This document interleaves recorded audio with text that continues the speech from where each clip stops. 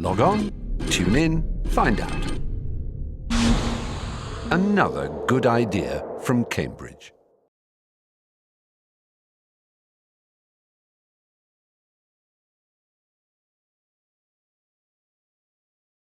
Pleasure to have a chance to talk to a long-term friend and one of my closest friends at the LSE many years ago, David Seddon. Thank you, David. Pleasure, Alan. David, tell me when and where you were born. I was born in London. I was born in Blackheath, which is in southeast London.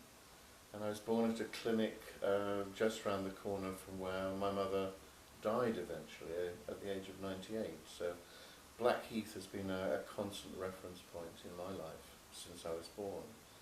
I was born during the war, 1943, 22nd of April, at 9:05. Apparently my mother said, my father always quipped just late for work. He must have had a rather dry sense of humour, because I never found that particularly amusing. The clinic was run by two doctors, you won't believe this perhaps, but called Dr. Pink and Dr. White. And their babies were known as pink and white babies, and they were vegetarians. And they had an enormous impact, I think, on the women who were pregnant and delivered there. So my mother was very keen that I should be brought up as a vegetarian. And given the fact that it was the war, this was very convenient anyway. One had much more of a slice of cheese, I think, than you had the equivalent of meat. So I was born in Blackheath in London, and I think London's been a central part of my existence, and is again. And curiously, I find myself now the owner of a flat in Blackheath, which I bought a couple of years ago, thinking to move back there. So there's a kind of cycle in that, which is curious. Tell me something, if you know anything about your grandparents on either side. I've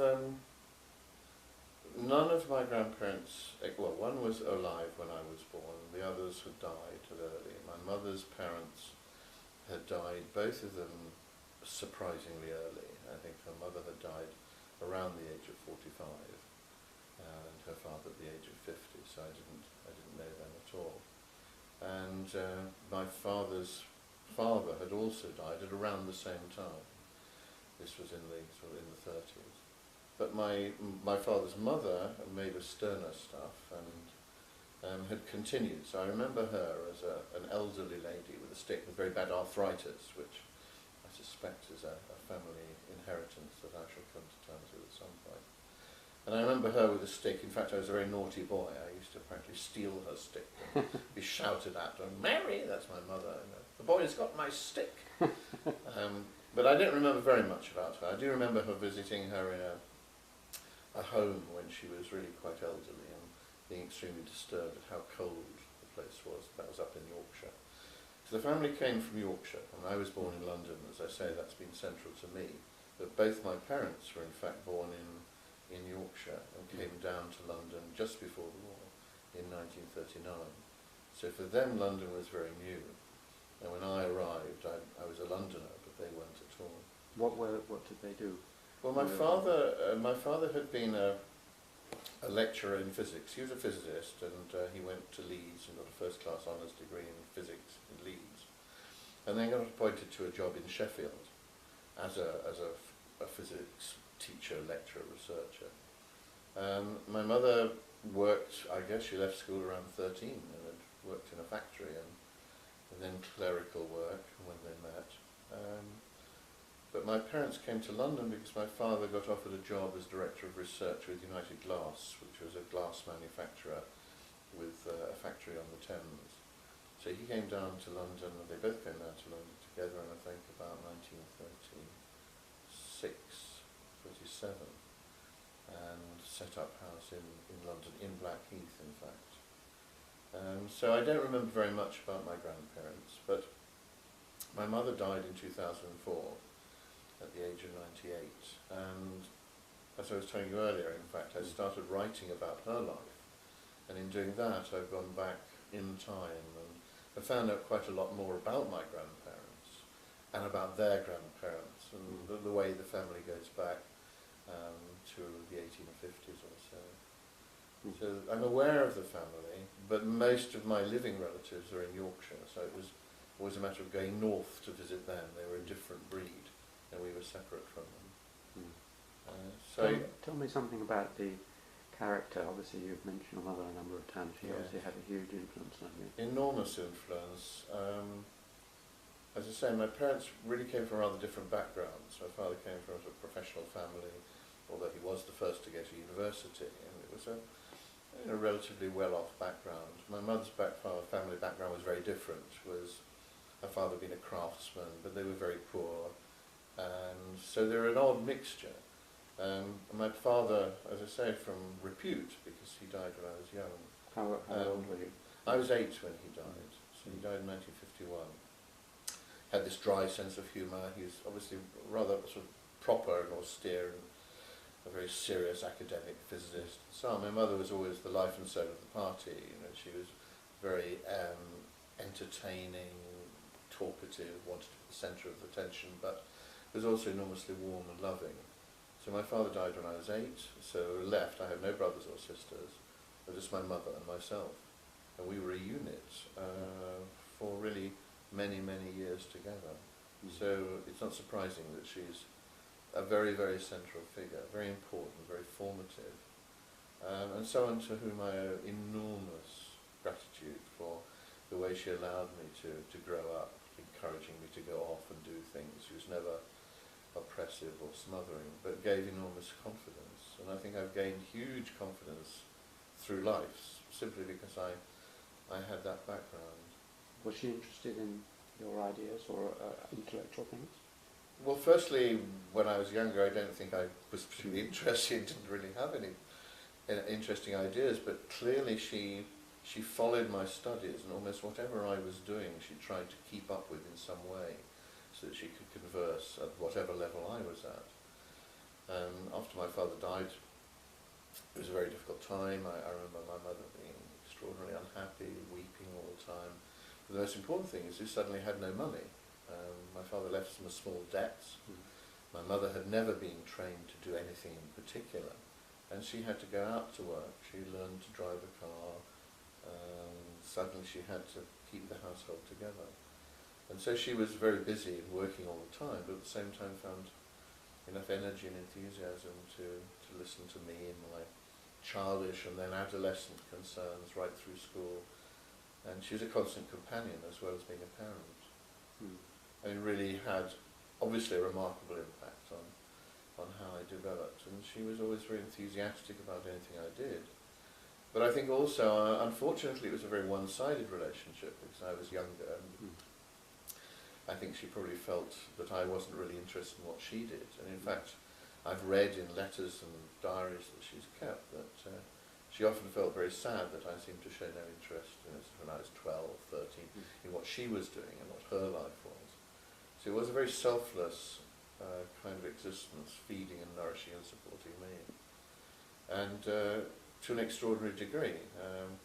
My father had been the first in his family to go to university, and he was head of Batley Grammar School, a well-known school. He wanted me to have every benefit, and his hope that I would go to a well-known private school, and he had Westminster in mind. And he'd made this very clear that that was the hope. And then he died. But he'd already managed to get me access and entrance to Westminster Under School, it's a private school. I'd started going, and then when he died there was no money, and my mother it was suggested that we should go back north to where the family was and take me out of school and do the sensible thing. But she said, no, I'm going to make it possible for him to go to Westminster to fulfil my husband's dreams and ambitions. And she did, and I don't know how she managed to do it. She worked many jobs, all hours, kept lodgers, and eventually I went not just to Westminster Under School, but to Westminster, probably one of the more expensive private schools in the country. And that's where I was educated before I went off to university. Tell me about, well, let's start with Westminster Under School. Yeah. Do you remember anything about that? Yes, I do. It was an extraordinary experience. I think at the time the Under School was located in the courtyard where Westminster School is now, was then, in the shadow of Westminster Abbey. And I remember taking the entrance exam.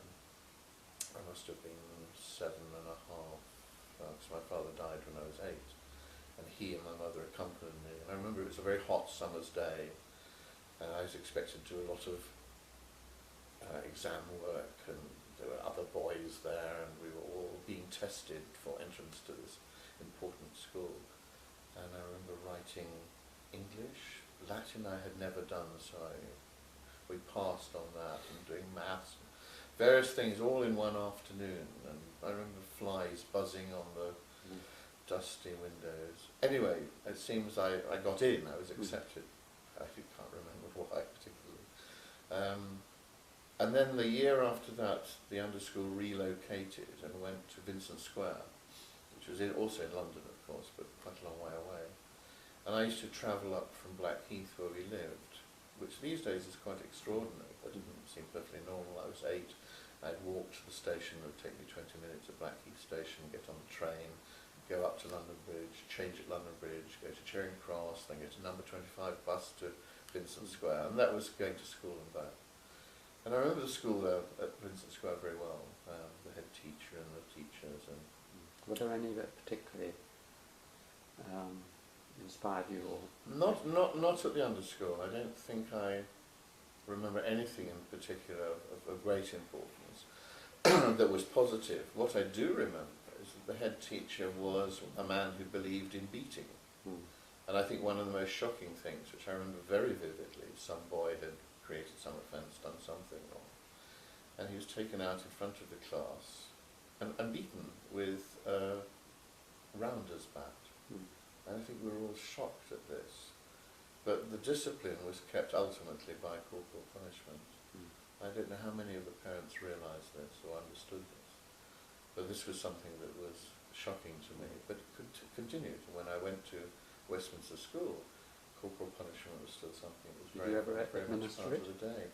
I had it administered to me, and I remember vividly, and when an example, this is now moving on, at Westminster School. And these things stay in your memory, because to me it was very shocking. I hate physical violence.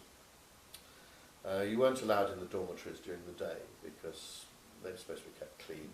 I think 3 or 4 of us had been playing football or something. We were changing up in the dormitories and fooling around, and people were pulling each other's trousers off, and we were just basically making rather a lot of noise and probably making a certain amount of dirt with football boots. And the housemaster came in absolutely incandescent, furious, and we were taken down solemnly and beaten. And I it's very painful, it was very humiliating, and I had the temerity, and this was the age of 14, I think, to say, why on earth, why are you doing this to us? And he said, I will not have such disgusting and obscene behaviour. And he clearly thought we were involved in some kind of homosexual activity or obscenity, and was incensed by this. And that again struck me as the most appalling offence. And from that time onwards, I was 14, I guess, I became very rebellious and rather difficult. And I guess the last few years at my school at Westminster were very difficult, because I found authority of that kind illegitimate and unacceptable. And I was told I would not be a prefect because I was too naughty or too troublesome, and these various things happened. So school was, not the best years of my life. I really found it very difficult. Well, you were a day boy all the way through. Well, Westminster was interesting. They had boarders and they had day boys, and I was what was known as a weekly boarder, W-E-E-K-L-Y, and had a bit of the best or worst of both worlds. So I went home at weekends and saw my mother and kept in contact, and that was fine. We phoned each other, but I boarded during the week. In fact, that was probably good. I mean, I enjoyed the social life. I enjoyed being with the other boys. I enjoyed sports. I enjoyed many of the lessons, and there were inspiring teachers. Can you remember any particularly? I remember the English teacher, whose name escapes me at the moment.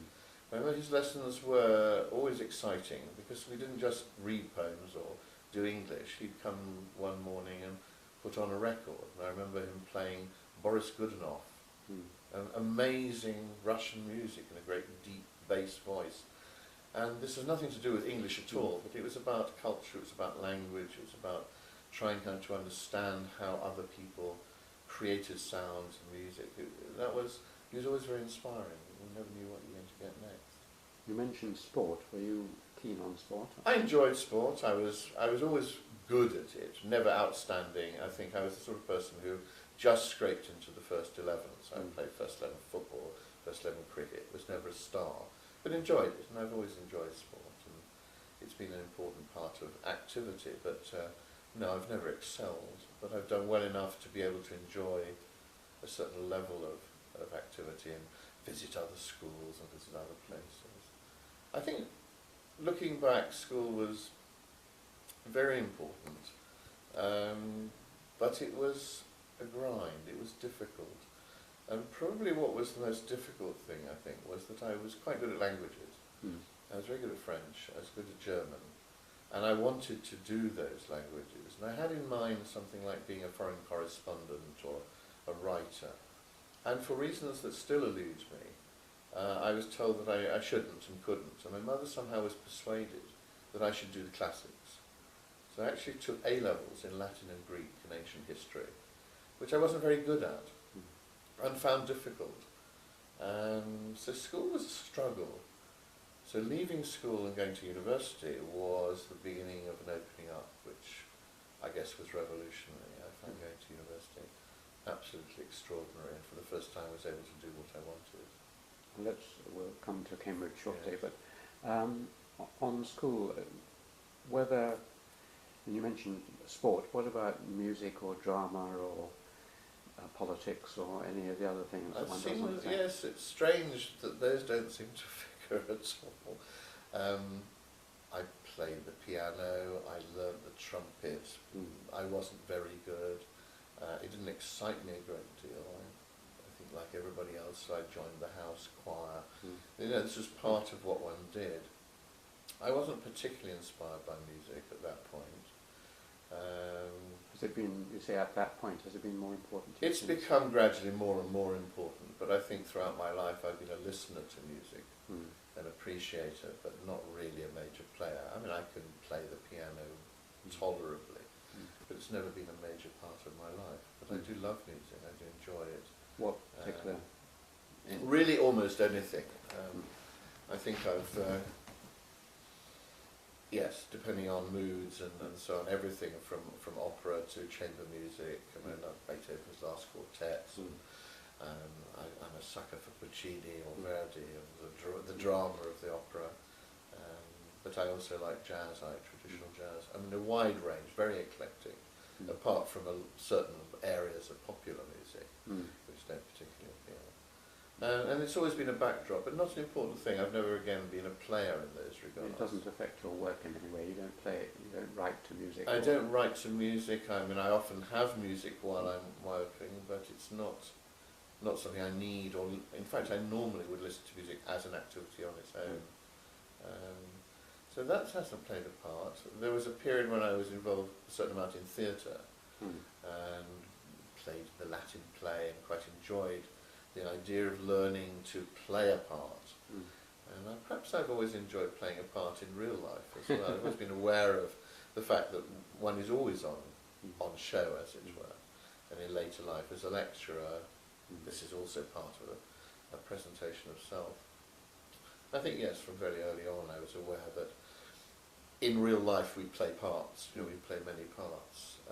I was often, I think, aware from a very early age that people behave very differently in different circumstances, and that all life is a play in a way. So the theatre was a little part of it, music was part of it, but it's curious looking back. School seemed to have passed with me as a passenger. It's rather like a train in which I was on a second-class compartment, and it took me eventually to places which were really very worthwhile and enjoyable. But school itself, I have to say, this is something I could never say to my mother really, because she worked so hard to get me there. But I actually didn't enjoy it a great deal.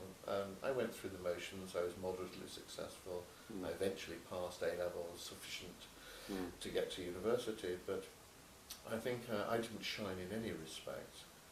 This is perhaps the story of my life really, right? Quite a good second class.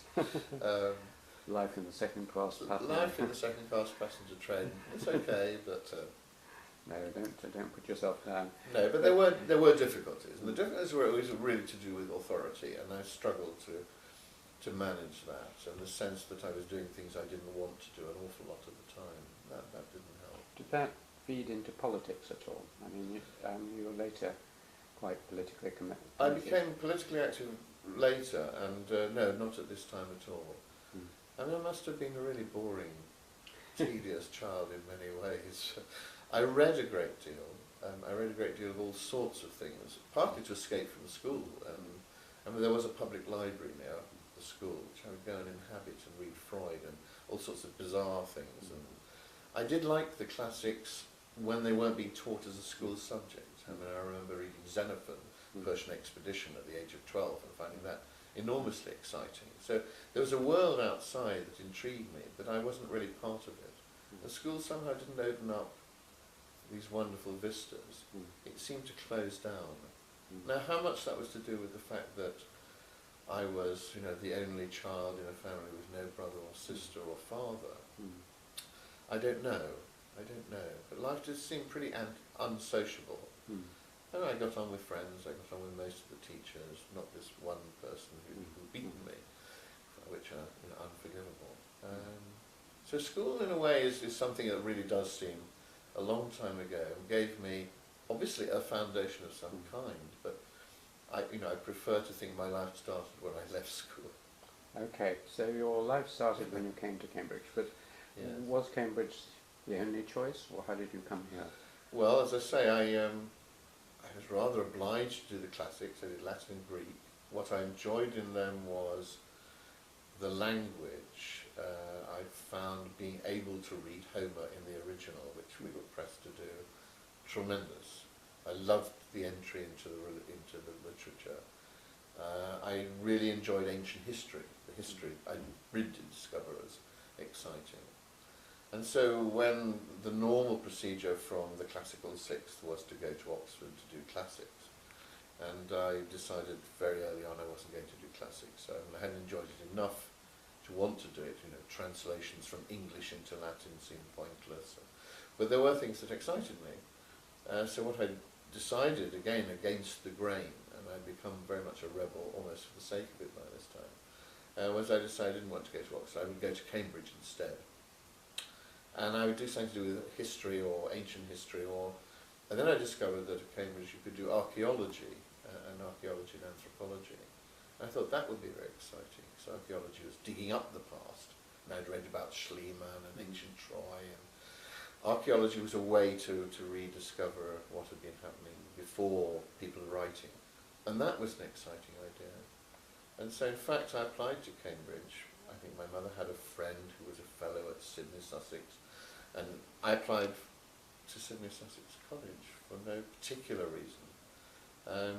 Not because Cromwell's head was buried there? Not because of Cromwell, alas. Again, my historical knowledge hadn't really excited me. I think it was just we knew somebody, and I didn't know anyone anywhere else at Cambridge. Why I chose Cambridge rather than a whole range of other universities, I'm not sure at the time. It seemed obviously the alternative to Oxford. And I took an entrance exam. It was an open entrance exam to Sydney, and they had a general paper, which was great for me. It wasn't particularly on any subject. And I remember writing about the balance of nature. I wrote a long essay on ecology and environment, about which I really knew very little, but somehow got carried away, and I think wrote what must have been a rather splendid essay. At least I enjoyed writing it. And then I had an interview with the classics Don, was Wilcox, not John Wilcox, and he asked me about what really interested me in the classics. And I was saying it's getting to grips with the literature, just being able to see how people thought and wrote and lived. I remember talking about Suetonius, the lives of the Caesars. It was rather like the news of the world of ancient Rome. It was all the dirt about the Caesars. And I felt that brought the world to life. I found it extraordinarily exciting. So it was partly the language, partly the insight into other societies of the past that the literature could provide me with. And he said, well, archaeology is what you're doing, but why aren't you doing the classics? I said, well, I've had enough of the classics as such. I think I'd like to do something, slightly different. And anyway, for whatever reason, they seemed to accept me, so I got into to do archaeology and anthropology at Cambridge, at Seddon Sussex College. And why was it such a liberation to come to Cambridge? Because no one told you what to do. You didn't have What to... year was this? It was about... This was 1961. Yeah. I mean, other things were happening outside which were exciting and liberating, but I don't think I was too aware of that at the time. It was the beginning of the 60s. No, for me it was a break from school. Instead of having to go to class, having to do lessons, having to do things I didn't want, I was now faced with my own choice. I wanted to do archaeology and anthropology, didn't really know what it involved. And suddenly there I was. I could go to lectures or not. I could read certain things, they were recommended or not. It seemed very open and very flexible. And from almost the first day I just found it absolutely fascinating. I enjoyed the archaeology, I enjoyed the physical anthropology, I enjoyed the social anthropology. And at the end of the first year I had enormous difficulties in deciding which of these three I wanted to do. And the first year was just a revelation. I enjoyed living in college, I enjoyed the football, I mean, because Sydney is not an extraordinarily sporty college with large numbers of teams. I was able to get to the football team, the cricket team, I rowed for the college, and it all seemed wonderful. It was really, really good. And the next 2 years continued that way. I enjoyed myself enormously. Do you remember, well, firstly, any of your contemporaries in particular from that time? I remember, well, obviously at Cambridge there is kind of two groups, mainly the ones involved with. Those are people at college, the one eats with and sees physically, and the friends. So there are friends from the college. I remember the first year I shared a room, for example, with David Hayes, who was a guy who was reading law. I think he really would have loved to do history, but his father was a lawyer, a solicitor, and I think he was reading law because he'd been moved that way. But sharing a room with David was tremendous fun. I mean, he had an extraordinarily good tenor voice, and he would sing arias from Puccini and entertain me. We'd have very good conversations. These are in the days when you shared your bedroom and your sitting room with someone else. These days I suspect that's unthinkable. But we got on very well, and he had groups of friends, I had groups of friends. And in fact, in the summer vacation in my second year, between first and second year, David and I and two other friends drove in sort of classic student fashion in an old car across Europe and through Turkey and into Iran, and had a number of adventures. So there was a group of friends around the college. David Hayes, incidentally, now is a circuit judge in North Norfolk, and a very, very respected lawyer and judge. I think he still regrets he didn't read history, but he's done very well. I see him occasionally because we both live in Norfolk. But there were other people also in the department, as we called it, which was the Department of Archaeology and Anthropology. And in fact, I did specialise in the second and third year in archaeology. I'll come to that in a minute. But the first year was, obviously, as you know, the three you do: archaeology, physical anthropology, and social anthropology. And I do remember the lecturers in most of those areas. I mean, in the anthropology area, which was, kind of became more the field in which I specialised afterwards,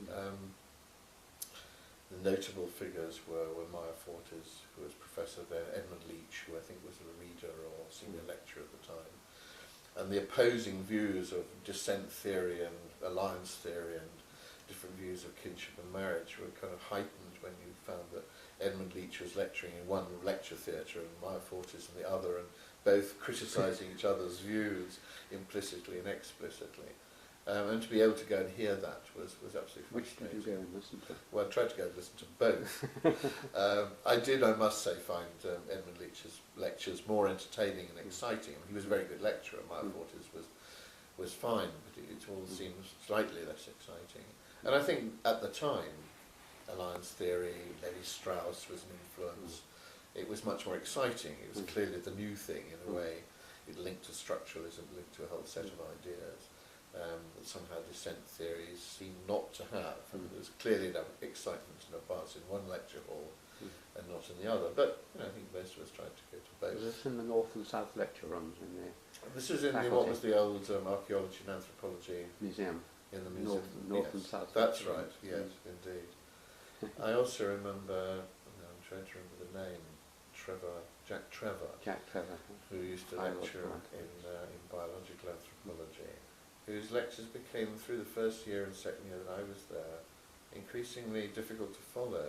And I suspect that actually he did have his own problems. And I think I remember going to lectures in which I found myself pretty much one among half a dozen students, all of whom were struggling to understand what he was talking about.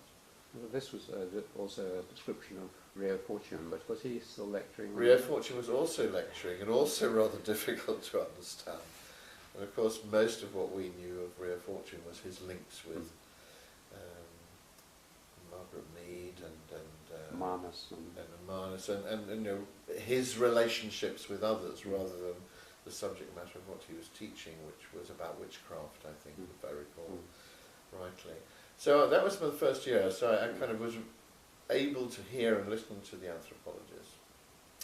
At the end of the first year, actually, I'm not sure entirely why, looking back, but I decided that I prefer to choose the archaeology as my major focus. And I was very much excited by the earliest archaeology, so I opted for prehistory. And Charles McBurney was my supervisor, and Eric Higgs. And these two became very important figures kind of in my working life in the second and third years at Cambridge, because I specialised in prehistoric archaeology. And in the second summer, having been with friends the previous summer, travelling through Turkey and Iran, I was very privileged to be selected as one of a team of young archaeologists to go with Charles McBurney to Iran to look for the origins of Homo sapiens, no less. I was chosen partly because I couldn't drive a Land Rover, but I was the only undergraduate in the team, so there were 2 or 3 other graduate students. And Charles McBurney took us to Iran, and we drove around, mainly the northeast, because he had the theory that, at that time it was a common theory, I think, that sapiens, Homo sapiens and Neanderthal man had sort of come together in Western Europe, that Homo sapiens came from somewhere further east. And there were early evidences in places like Mount Carmel in the Lebanon, in Jordan and so on. He was interested in seeing how much further east one could trace it. So we were in Iran looking for early man. And what we found were remnants of Neanderthal, Lusterian type culture and so on in the caves that we dug. But it was an exciting period. I mean, it was a summertime, going out to Iran, digging caves, running up and down hills, finding likely caves to dig. And then Charles, who was a diabetic, would sort of struggle up the hill after us. And we spent an amazing summer digging. What was Charles like? I knew him just at the end of his life. But Well, Charles had a very sort of funny, squeaky sort of voice, and of course was subject to constant imitation. He was obviously a well-known archaeologist. He'd made his reputation before then by digging an enormous cave in Libya called the Haftir. This was his great cave. He was quite sharp, he was quite acerbic. He could be quite unpleasant at times, but he was extraordinarily excited by his subject. And to me, this was what mattered, that he was a real enthusiast. And he got us enthusiastic, and there we were poring over flints and ancient remnants, which I remember being struck when we went to Iran by the fact we dug in caves down through layers of the most beautiful pottery. And Charles said, "Oh, keep digging, we want to get down to the prehistoric." So we'd go through layers of the most beautiful, vases and so on. But the interest was with these very, very simple implements. I think what I found attractive about prehistoric archaeology was that it's about imagination. Again, rather like reading the classic literature, you could see into another world if you had enough imagination. And I remember another time, this must have been an Easter vacation, we dug somewhere on the Gower Peninsula in Wales, sitting in a cave, digging up not just bones and stones, but mammoths' teeth, and the remnants of animals that clearly had been around at that time. So I was sitting on the edge, looking down over a valley, which no doubt would have been teeming with game. And suddenly it was very easy to be a prehistoric, an early man, sitting, hunting, thinking. And I think a great deal of archaeology that appealed to me was about this ability to recreate and imagine societies as they had been, and to see the past, and you could touch it. And unlike later periods when the remnants are much more beautiful, much more attractive aesthetically, you were making the most out of very little in prehistoric archaeology. So initially, that appealed enormously. And later, when I actually became an archaeologist, this began to pall, because I began to realise you could construct enormous range of possible social situations on the basis of very little, and there was nothing to really prove it one way or another. Ultimately, I began to find that rather unsatisfactory. But I do think initially there was the excitement of seeing the past in such a very small, simple set of remnants as some ash or some burnt bone or a piece of flint. And that was very exciting. And somehow Charles was able, in me anyway, to make that come to life. I found that very exciting. And I mean, he was very keen, certainly for me, in the end of my third year, because I did reasonably well. I got 2-1s, and I found it exciting. And he was very keen for me to go on and do research, and offered me really quite exciting possibilities to do research in archaeology, which I in fact turned down at that point.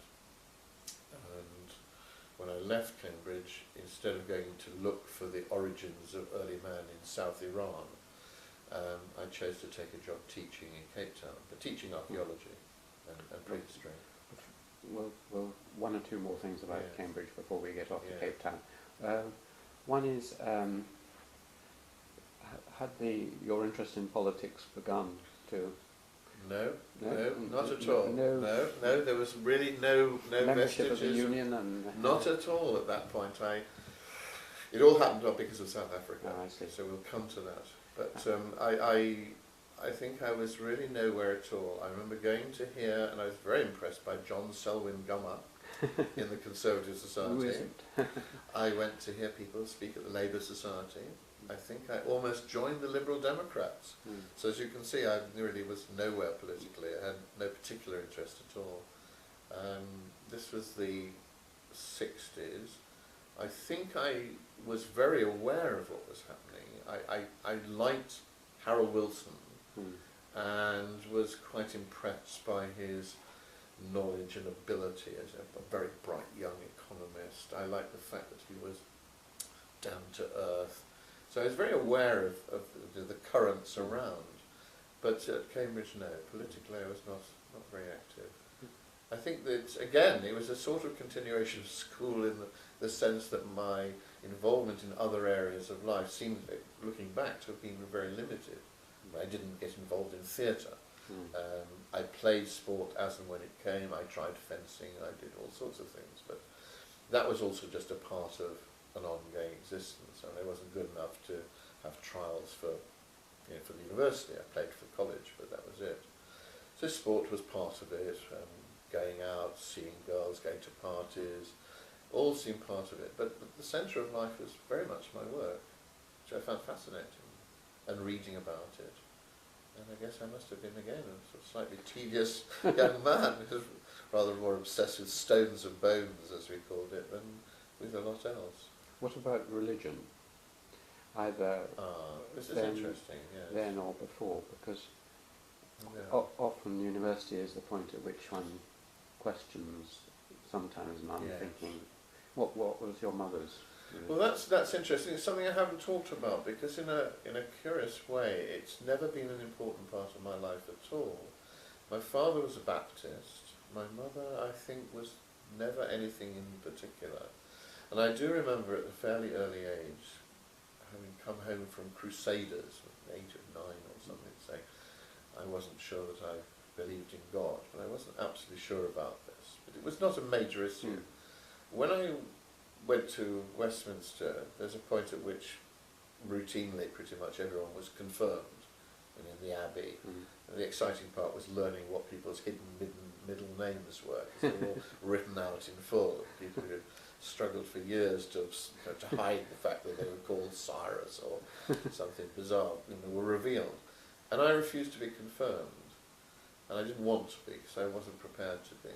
And I do remember, actually, now we focus on this, taking, I guess it was RE at Westminster lessons, and asking the teacher about whether if I didn't believe in God I would go to hell.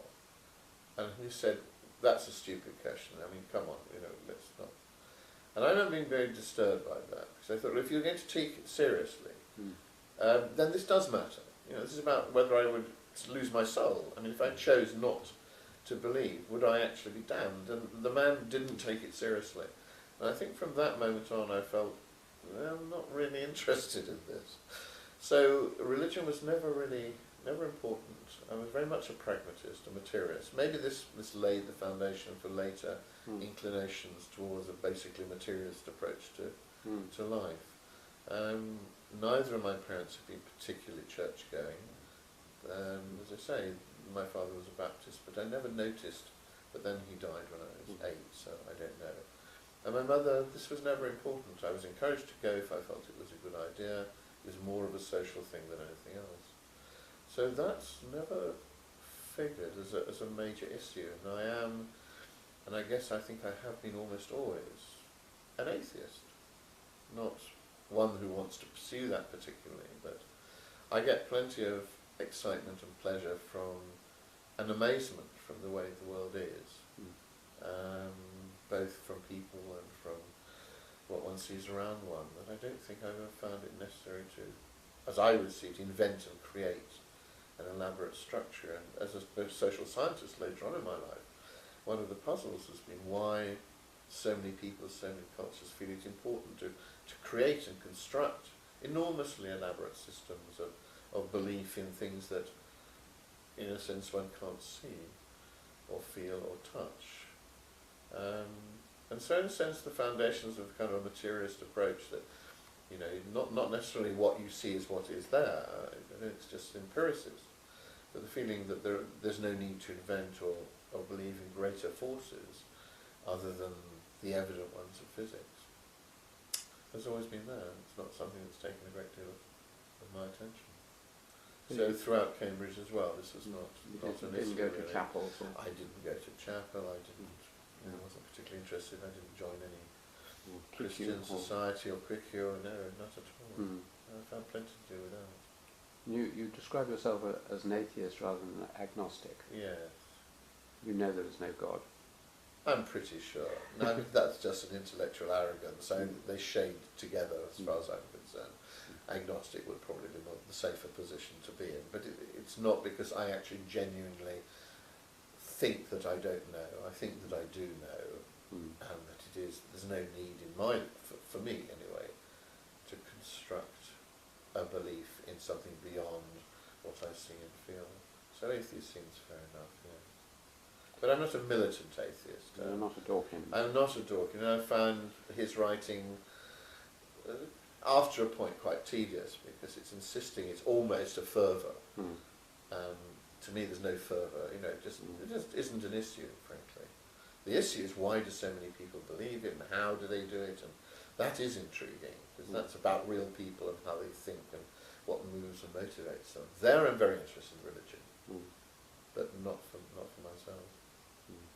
Good. Well, you decided not to do archaeology with Charles and to go to South Africa. Tell us about that. Yes, well that was, this is 1964. I decided to do archaeology. I was very interested in early man. I was interested in prehistoric man. Earlier, which I haven't mentioned, but I'd spent 3 months before going to university in East Africa, doing a whole variety of things, through personal and family connections. And among other things, I'd been involved in some archaeological excavations. Louis Leakey was digging at Olduvai Gorge in Tanzania, and I worked there for a while. And a man called Merrick Poznansky was excavating on the Kagera River, and I joined him. So I did a little bit of archaeology before I even went to Cambridge. And I'd been to Africa, found it an extraordinarily exciting place. This was 1964. There weren't very many jobs coming up in archaeology in Britain. So I, like many of my contemporaries of the same year, found we were looking for jobs abroad. And one of my closest friends, David Calvo-Coresi, How do you spell that name? Calvo-Coresi, Right. who is of Greek origin, Hmm. who is one of the closest friends, took a job in Ghana. Another colleague who'd been on this expedition of Macfarlane's to Iran went to Tasmania, and I went to South Africa. And I'd applied for the job, and several others. And the one in South Africa, in Cape Town, University of Cape Town, accepted me. I had a good degree. I was always enthusiastic. They had a gap. And so in 1964, I waved goodbye to my mother and took a boat, these were the days, took a boat which took me 2 weeks to dock at Cape Town one dawn in 1964. And I was joined there by Ray Inskeep, who was kind of senior lecturer. And for a year I was at the University of Cape Town in the School of African Studies. And that was very exciting in lots of different ways. I think that the first arrival in Cape Town was very dramatic. It was dawn, the sun was coming up over Table Mountains. It was spectacular to look at. And then looking down, there were just hundreds and hundreds of black men unloading cargo and a few white men telling them what to do. And somehow, and I don't think it's just retrospectively, that was very shocking and very dramatic. And this, as we drove up, I was met at the boat by Rainsky. We drove up through lovely Cape Town to the University of Cape Town. And a lot of the students were demonstrating. And they were demonstrating against the introduction of the 90-day detention for suspects of terror and difficulty and so on. And I remember that also was quite striking, because my life at Cambridge had been almost entirely without any involvement in politics. I'd not seen a demonstration. I'd not seen anything active. If you went to the Conservative Society, they went and they had tea and they talked, and similar things. And I arrived and suddenly there were students out, and these were all, pretty much all white students at the University of Cape Town then, but demonstrating and shouting and arguing, and it was quite clearly a different world I was entering. And that, over a period of 2 years in South Africa, so I stayed in South Africa for 2 years, actually transformed me and made me far more aware of the politics of apartheid, of a different kind of society in which the divisions were very acute and very vivid and inescapable. And somehow that happened the first day, and I noticed this. Intellectually, it was quite challenging. I had to give lectures for the first time on prehistoric archaeology. But the School of African Studies was very interesting. It was interdisciplinary. It wasn't just archaeology.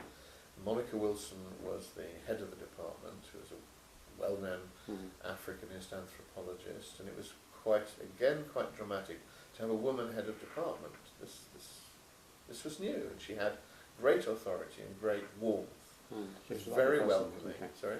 Lovely person. She was, I found, delightful. I mean, she was obviously, even then, an amazingly impressive person, but she greeted me. I was a very junior 21-year-old from nowhere, and I remember having tea with her almost on the first day. It made me feel very welcome. I had a place. Everyone else had their place, and she was in charge, but it was a very friendly and positive thing. Jack Simon was there, who was a political scientist who was very much involved in actual African politics and wrote books on apartheid.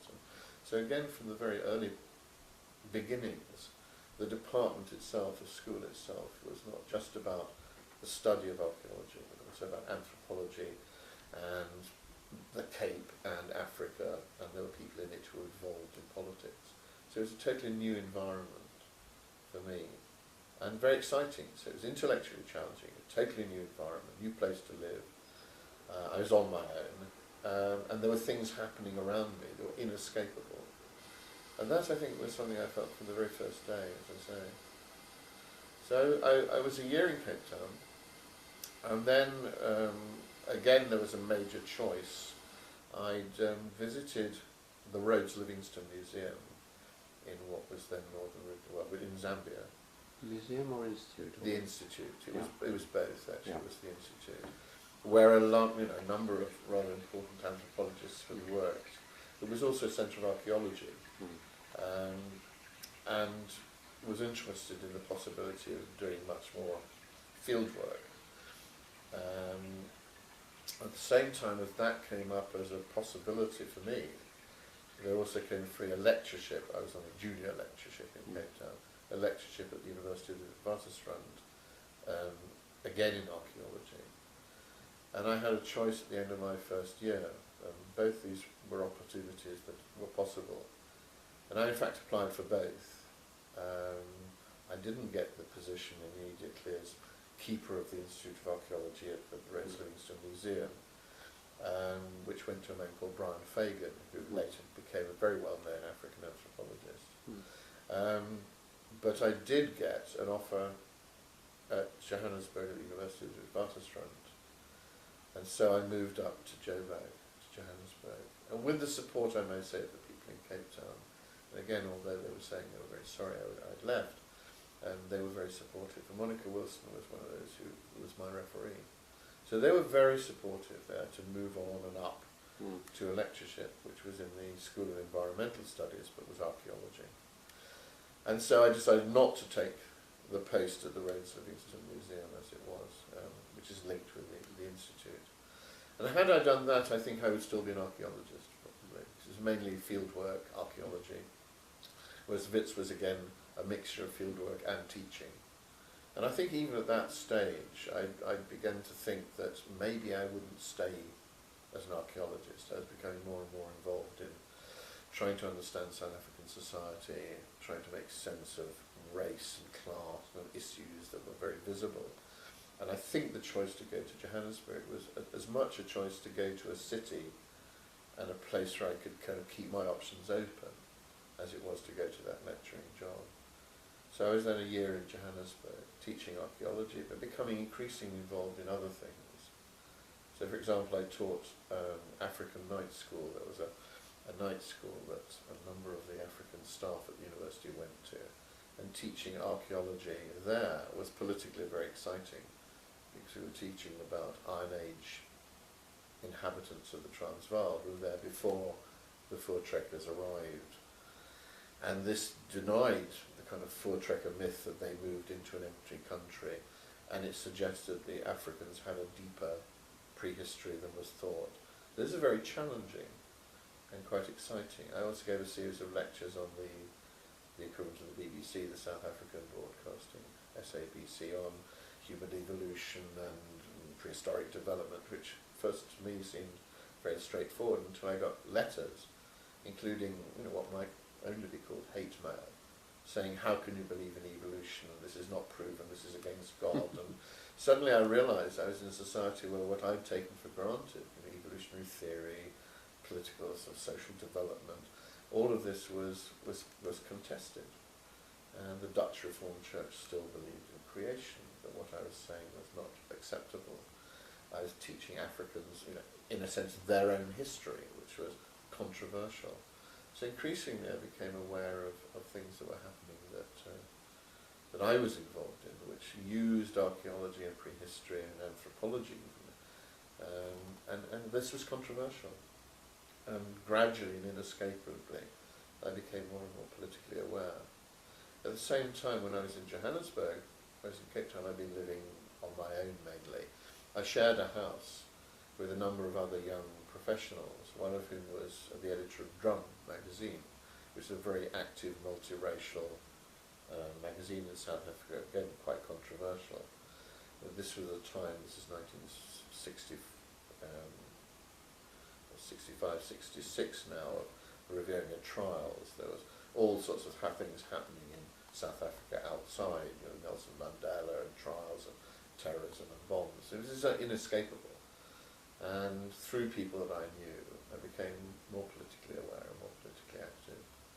So that was, in a sense, a major revolution. And at the end of this, I came to the conclusion that I wasn't really prepared to spend my life looking at the remote past and prehistoric man and early man that had drawn me to South Africa. I wanted to know more about race, I wanted to know more about class, I wanted to know more about how South Africa had developed in the way it had. And I began to cast for ways of kind of pursuing this. Now through this time I also had a very important relationship with a young woman who was an anthropologist and who was planning to do an MA in Chicago, Renee Hershon, whose father was Jewish, and through her I also became more politicised. She'd had an African boyfriend, which is a pretty startling thing to do, who was Archie Mafeji, who later became quite a major sort of militant, both in South Africa and elsewhere, and wrote on Africa and tribalism and so on. So both personal relations and professional relations. Was she out there, Renee? She lived in South Africa. Yeah. Her family were there, and I met her in Cape Town. We got quite involved, and she had a big influence. You know, read this, you must look at that. And so everything changed my view of what was important, and I began to cast around for how I would pursue this. And she was very keen because she had this place at Chicago. I should go there. And Chicago is one of the centres of anthropology and archaeology, and I thought again I could probably combine the two. But also applied to the LSE, which had a master's in race relations, which was just what I wanted to do. And eventually a combination, I guess, of pragmatics. I could get a scholarship in London at the LSE, and I wasn't sure I could get the money to support me in Chicago. And doubts about tying myself to a relationship to go to another country and so on led me to go to the LSE, and I applied to the LSE to do a master's in race relations in the sociology department at the LSE, and announced to the colleagues at Wits that I was planning to leave, and there was horror. I mean, there were a lot of people who were very cross and said, "Hey, a promising career in archaeology and so on and so forth, and why are you leaving?" And I tried to explain. It was just a sort of total enlightenment about where I really wanted to spend my life and what I wanted to do. And the upshot was that in 1966 I left South Africa and went back to the LSE. Your mother being in England was another factor. But that was another factor. No, I haven't talked about. She came out to South Africa and she visited and so on. But basically, yes, that was it. That was an important factor that added on to the other reasons. But it was, I think, primarily a kind of sense that this isn't what I want to do, and that there are other places to do that. So I applied for this MSc in race relations at the LSE and was accepted, left my job and took a plane home. So this was in the summer of '66. This was sort of 66 into 67. But you didn't end up on an MSc in race relations. No. Otherwise we might not have ever met. Might not be very close, but not.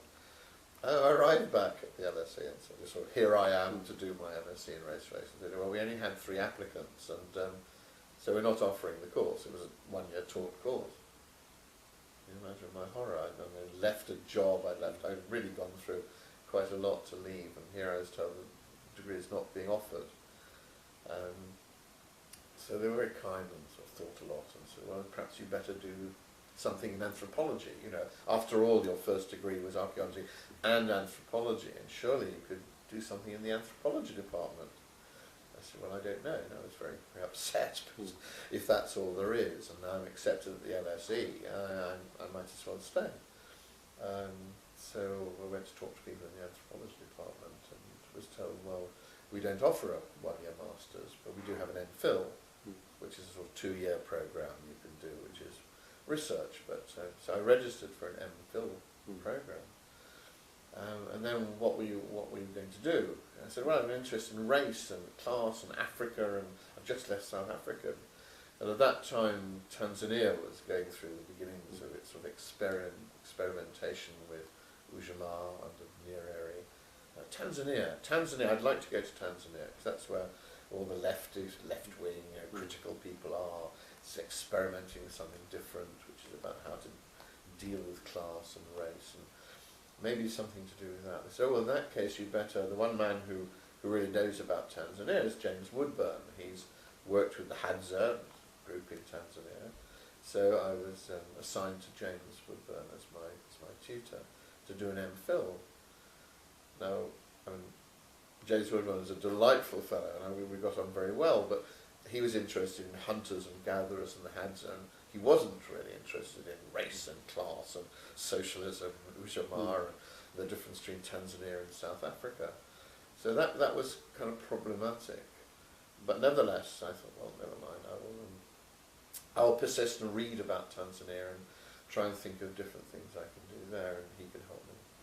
So for about 6 months or so, I read voraciously on anything to do with East Africa, Tanzania in particular. Read a bit about African socialism and what that might or might not be. And then thought, well, the next stage is to try and apply to do some sort of field work for the MPhil.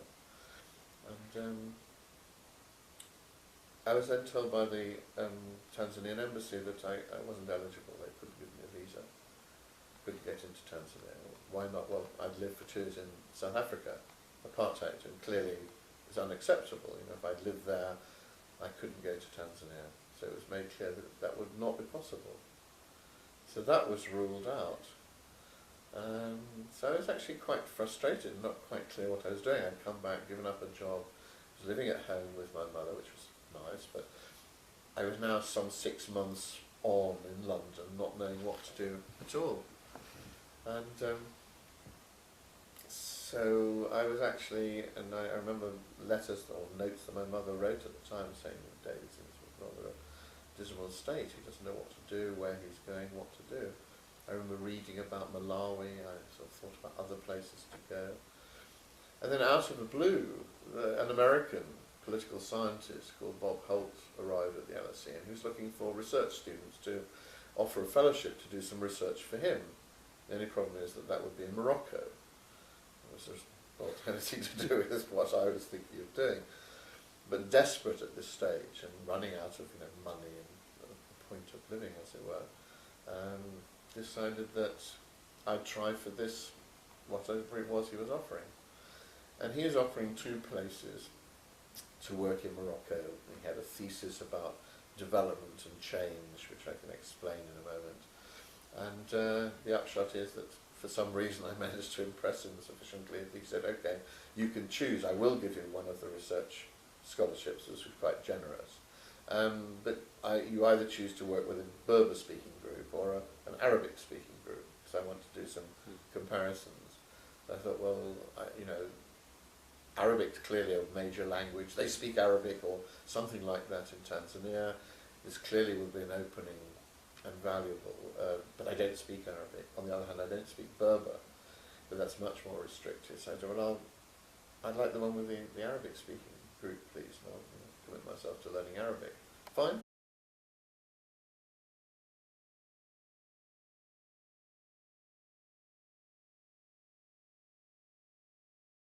So you decided that you would study Morocco, after all? I sort of felt I didn't have too much choice then. I'd really been in London a long time, and I wasn't going anywhere, and an MPhil wasn't really materialising, and I wasn't going to Africa, it seemed. So I decided to be very pragmatic and just take it and say, look, this is a sign from somewhere, I'll accept it. So I talked to James Woodburn. He said, well, clearly I don't know much about Morocco, and clearly if you are going to do field work, there's no point just being registered for the MPhil. We'll re-register you for a PhD. So I jumped from doing a master's to an MPhil to a PhD without actually having to do anything to prove myself, although I've been writing essays. And I think you probably better look for a different tutor. And the obvious person at the LSE at that time, as a tutor working in Morocco, was Ernest Gellner. And although he was in the sociology department, they felt that his work sufficiently approximated anthropology. He did have a PhD in anthropology, after all. He did. And despite some sort of difficulties, I understand, I was then awarded Ernest Gellner as my tutor, which was very important. I mean, became important later because he was a big influence in many ways. So I registered for a PhD with Ernest Gellner as the guide, and Bob Holt, an American political scientist from Minneapolis, as the sponsor and theoretical guide to our research. Now, I should say that the other post was filled, ironically as it happened, by an Arabic speaker. He snooped up the other job, called Raymond Jamous, who was an Iranian Jewish origin that he brought up in the Lebanon, and who was quite happy to learn Berber. And Raymond and I developed over the 2 years that we were working with Holt and in Morocco a very, very exciting and interesting relationship. We just got on very well. It was intellectually stimulating. We both went to northeast Morocco. We lived about 15 to 20 miles apart, and whereas he worked with Berber-speaking people, I worked with Arabic-speaking people. But basically we were there to try and explore a thesis, which was quite interesting. Holt had written a book with a man called Turner, and Holt and Turner had written something called The Politics of Economic Development. And their thesis was that you could distinguish between France and China on the one hand, historically, and England and Japan on the other. And that whereas in France and China it had always been possible to buy your way into the aristocracy, to convert, as it were, economic wealth into political and social status, his argument, based on the historical data as he and Turner had analysed it, in England and Japan that was not possible. It wasn't easy to break into the ranks of the aristocracy. So that basically one was obliged to accumulate and build, and that this was kind of the foundations in England of the bourgeoisie, and in Japan of a similar, I suppose, economic class. Now, without going into the justification for that, and I think there are enormous problems with the thesis, that was the kind of thesis that he wanted to test. And his reading of the literature on Morocco suggested that whereas the Berbers were able to spend and by acts of display as big men with affluence, buy themselves status, as it were, in the Arabic-speaking or Arab world, this is not possible, but high-ranking status was something to do with descent from the Prophet or what have you, and that basically they would be then investing. So his thesis was, let's go and test this, comparing these two groups, and what we would find would be that the Arabs are more kind of concerned to invest and accumulate as capitalist entrepreneurs, whereas the Berbers would tend to spend anything that they gained in displays of largesse and wealth as a way of building political and social popularity. So that was the kind of underlying thesis and structure of the research we were doing. Well, we fairly soon, I think, felt that the thesis couldn't be sustained at least in the ethnographic context that we'd found ourselves. But two of us were funded for 2 years to do detailed research in northeast Morocco. I learned Arabic, Raymond learned Tamasheght. We had a very good intellectual and personal relationship, and at the end of it I had the material for a PhD thesis.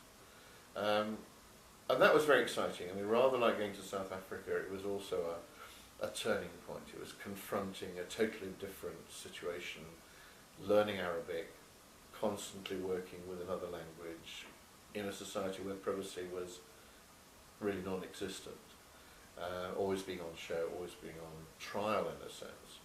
And so very demanding, but very exciting at the same time.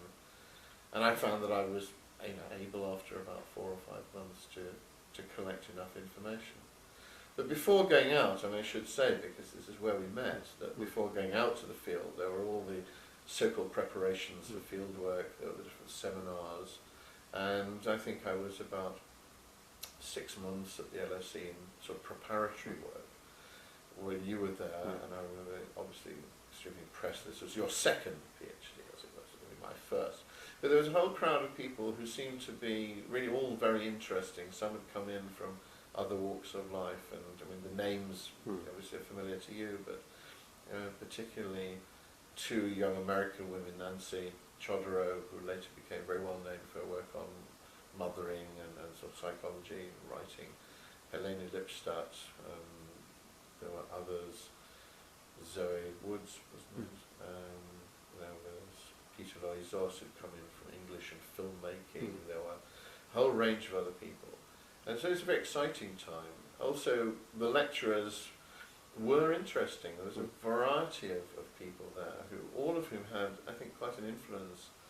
I think towering above them for me was Raymond Firth. I found him not only engaging as an individual, I found his seminars, the Friday seminars of Firth were always something worth going to. And he seemed to have a way with him that some of the others lacked, perhaps a social ability.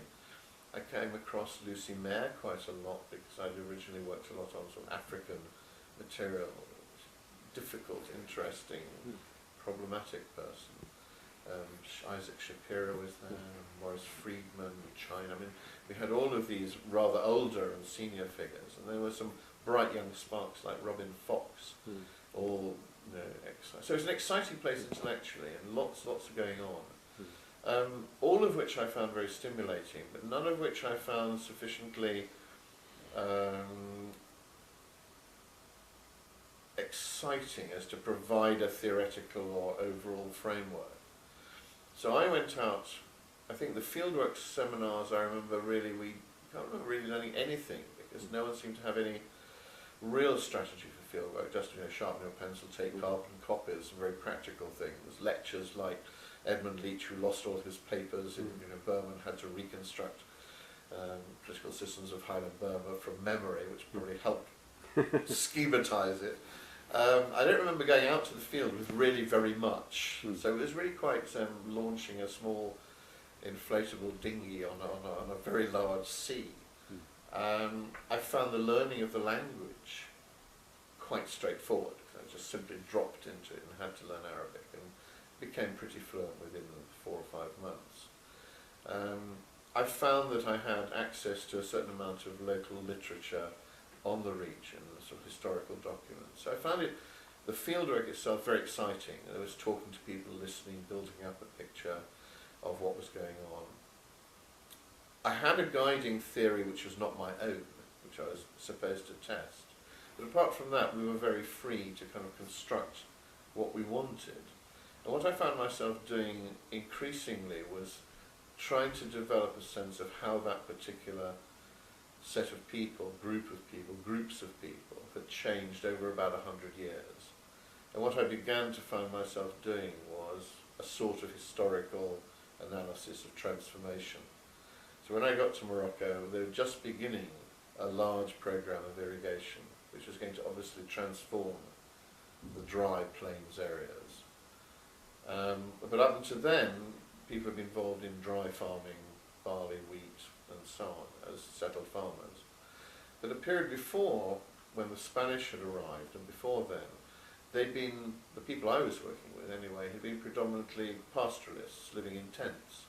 So I had a kind of ready-made 3-stage picture of what was happening. That didn't become clear, I think, until much later, but I talked to old men about how it was when they were young and what they did. They told me about raiding, their eyes lit up, and they said this is what it was really about. And I learned about fighting and shooting and raids and alliances and camels and sheep and herding and tents, and was able to read some of the literature around that from people who'd looked at similar things, mainly in Somalia, and people like Talal Assad and Johan Lewis and the Sarnak and Bedouin, and all that sort of literature was really relevant there.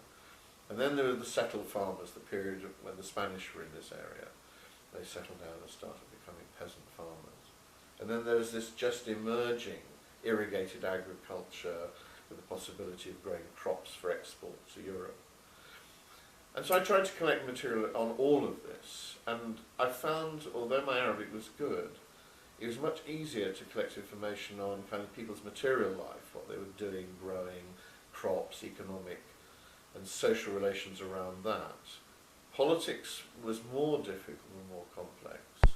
And people's ideas and thoughts, what a lot of my colleagues and contemporaries were looking at, systems of belief and religion and ritual and so on, I found really very difficult. So my thesis was partly, I guess, by inclination and partly by pragmatics, very much a materialist analysis of the sort of material that seemed to be easier to collect. It was political and economic, much more than it was conceptuals, beliefs, although I collected lots of material on beliefs about marriage and so on. There was very little on Islam or on Was that influenced by Westermarck?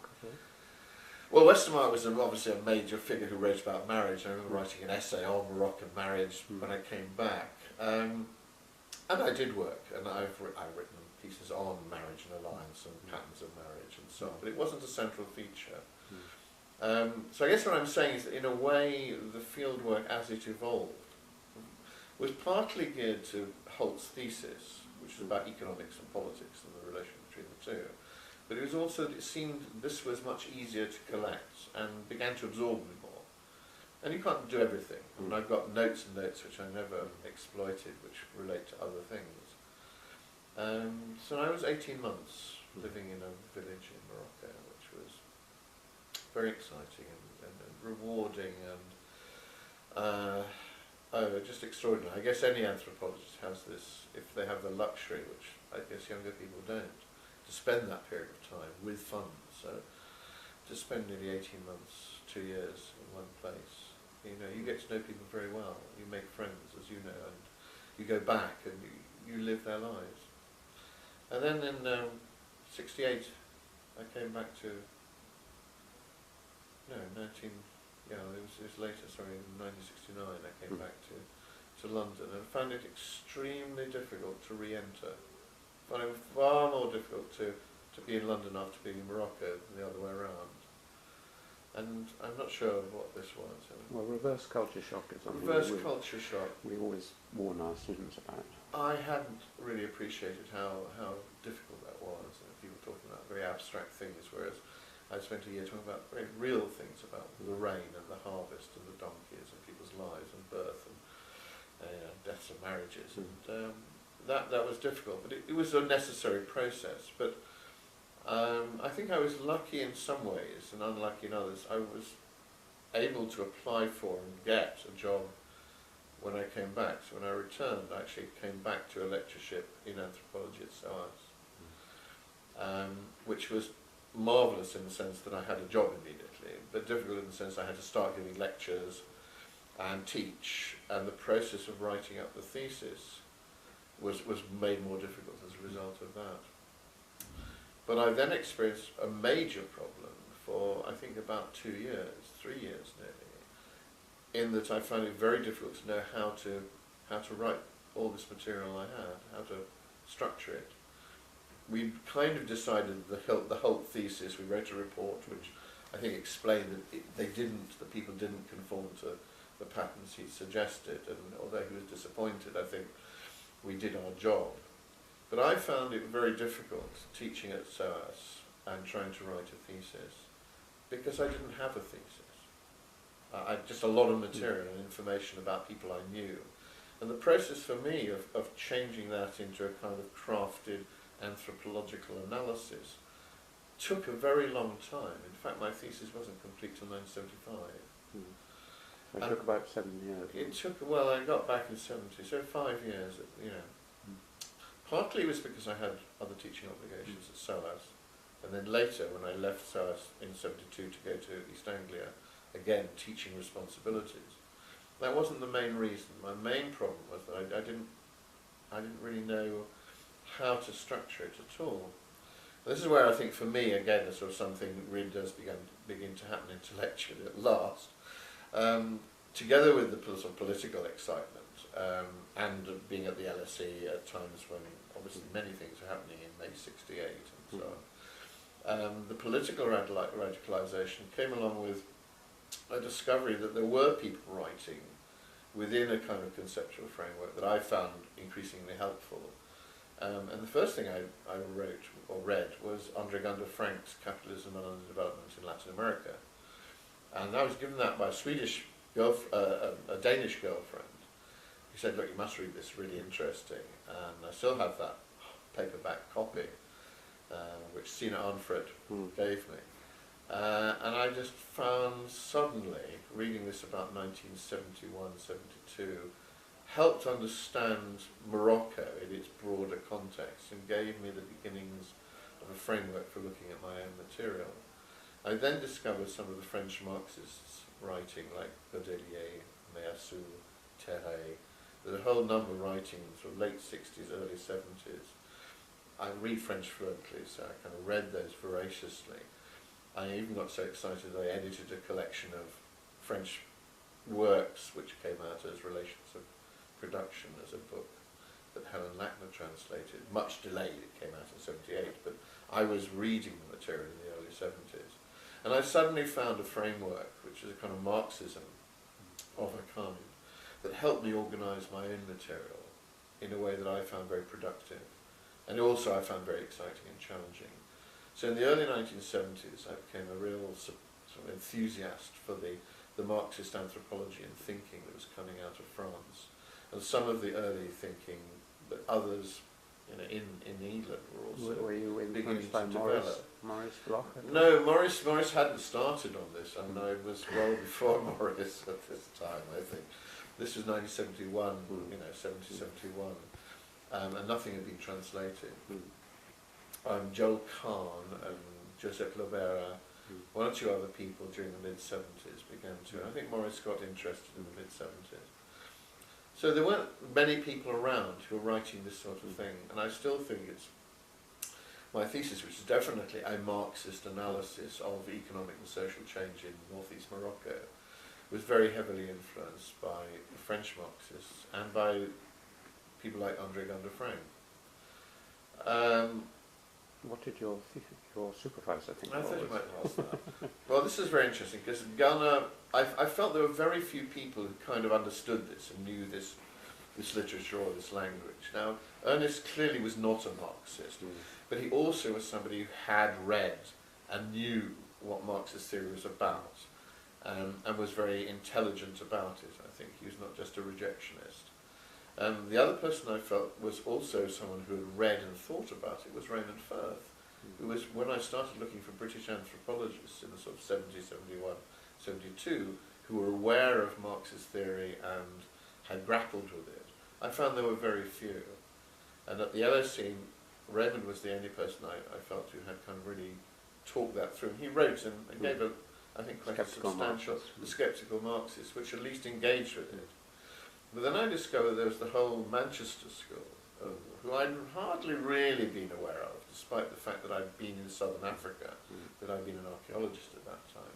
People like Gluck and people like Turner, all those Peter Worsley particularly, who'd been writing with an awareness of conflict, contradiction, Marxist notions. None of them really Marxist, except for Worsley, but very much influenced.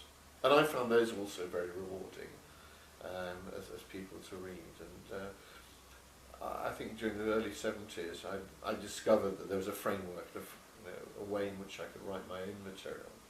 And I think it's one of the very few, I think, PhD theses of the period that were explicitly Marxist analyses. Ernest was,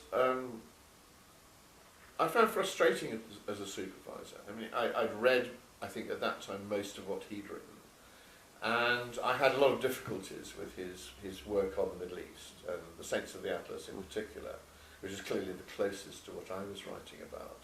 And I engaged with his work and felt that he had produced a rather idealized version of how things worked, even among the Ahansal, and it didn't apply to where I was working. And I felt I had a more credible framework for analysis.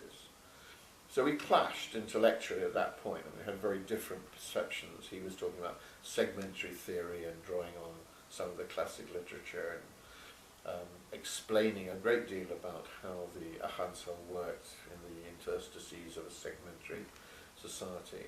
I felt that the existing literature on segmentation, actually, if read carefully, revealed that that was a sort of political ideology, even the Nuer segmentary, the Bedouin. So a lot of my thesis, the early part, was devoted to a kind of critique of segmentary theory. And I began to develop the idea that this is one among several political ideologies that were deployed, certainly by the people I talked to, as a kind of quite shorthand. Yes, this is a segmentary model is how we work. If you explored it further, you moved into something that's more like factionalism and game theory. And no, they said, actually, when you get down to it, which is what I think Evans Pritchard also says, when you get to the actualities, it's more complex and people divide in other ways, territorially and so on and so forth. So a lot of the thesis began to look a bit, the early part of it, to do with the pre-colonial, that it was a critique of Gelma. It wasn't explicitly, but there was clearly a dynamic going on there. Now, here's quite frustrating that he didn't take this on. I mean, we didn't have the kind of debates that I would have liked to. I'd give him a chapter and he'd say, oh, that's good, that's interesting. The feedback was very limited, I have to say. But the end point came where there's a sort of story that when the thesis was complete, he said, well, we must sit down now and talk about this, and so on and so forth. You've done very well, you finished and so on. Come out, and he went down to Petersfield, to the cottage, and he met me at the gate, and he said, I've already read the first thing through now, you know, David, and you've blown it. I was horrified at him, and was, what do you mean? He said, well, all these references to Marx, and relatively little to Gellner. And then I suddenly realised this is one of his méchant game plays, you know, that actually he was really having me on. But it was a bad 2 or 3 seconds. And then we went in and we talked about it fairly seriously. And he said, look, I don't agree with, you know, this at all, but I think the way you've handled it is very interesting. And we had, probably for the first time, a serious discussion about the material. And when the exam came, I think Tal al-Assad was the external examiner, and the thesis passed. But I'd had a huge struggle in creating this document, and it was partly, as I say, a debate with Gellner, but it was also a debate with a whole way of thinking about tribal societies. And for me, the choice of the book that eventually came out of the thesis, Moroccan Peasants, was actually specifically not about tribalism or peasants. Although the people I worked with called themselves the children of the old woman or the children of the ogress, and they clearly had a kind of segmentary lineage notion there.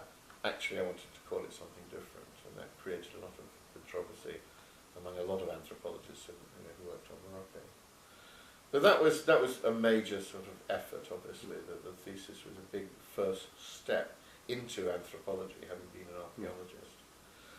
And then almost as soon as I kind of got into anthropology, I was teaching now in an anthropology department at SOAS, I found that I was increasingly interested in the sorts of arguments that people like Gunter Frank had developed, not just at a local level, but for broader economic and social transformation. And I began to realise that what I'd struggled with as a thesis was partly because it was so small scale, and that my interests were also in how the people I'd looked at were part of a much wider transformation of Morocco and North Africa during the colonial period. And that was all beginning to develop as a sort of set of concerns quite early on. And when a new school of development studies was advertised at East Anglia as having space for new lectureships, I applied, because I felt that I was moving towards an interest in something that went beyond what anthropologists were usually interested in, small-scale transformation, changes, whatever was happening at a local level. I was interested in linking that to wider changes, nationally and internationally even. And so I applied to go to the School of Development Studies, which at that time didn't even exist. We got the post, and then I was part of a process over the next 10, 15 years of building a new School of Development Studies, East Anglia, which is multidisciplinary, in which I found myself. I found the anthropology and even the archaeology, the sort of long-term perspectives, became very relevant in looking at development, whatever that was. So when I left SOAS, which was in 1972, and go to East Anglia, I found a home, which in fact I then stayed, at that institution right until I took retirement in 2006, because it gave me a framework within which I could work. And so since then, although I have a PhD in anthropology, someone said, what are you? I'd hesitate to say I was an anthropologist, but I'm informed in all the work I do, I think, and have done since, by what I think is the anthropological approach, which is a sort of critical, sceptical confrontation with detailed events and actualities at the grassroots, but I think framed for me within a much broader perspective. Now I think that clearly that's perfectly compatible with anthropology. I mean, your own work is something that goes way beyond local analysis. But I found this development studies was a sort of comfortable place to look at economic, political, social relations at all levels, up to the international and the global. So that's where kind of my career, in a sense, found its resting place. And I found the School of Development Studies for the period from 1973 right through to, 2006, that's a long time, in a constantly exciting and interesting environment in which to work. But it took me away, I think, from some of the mainstream anthropological concerns, and from being a mainstream anthropologist.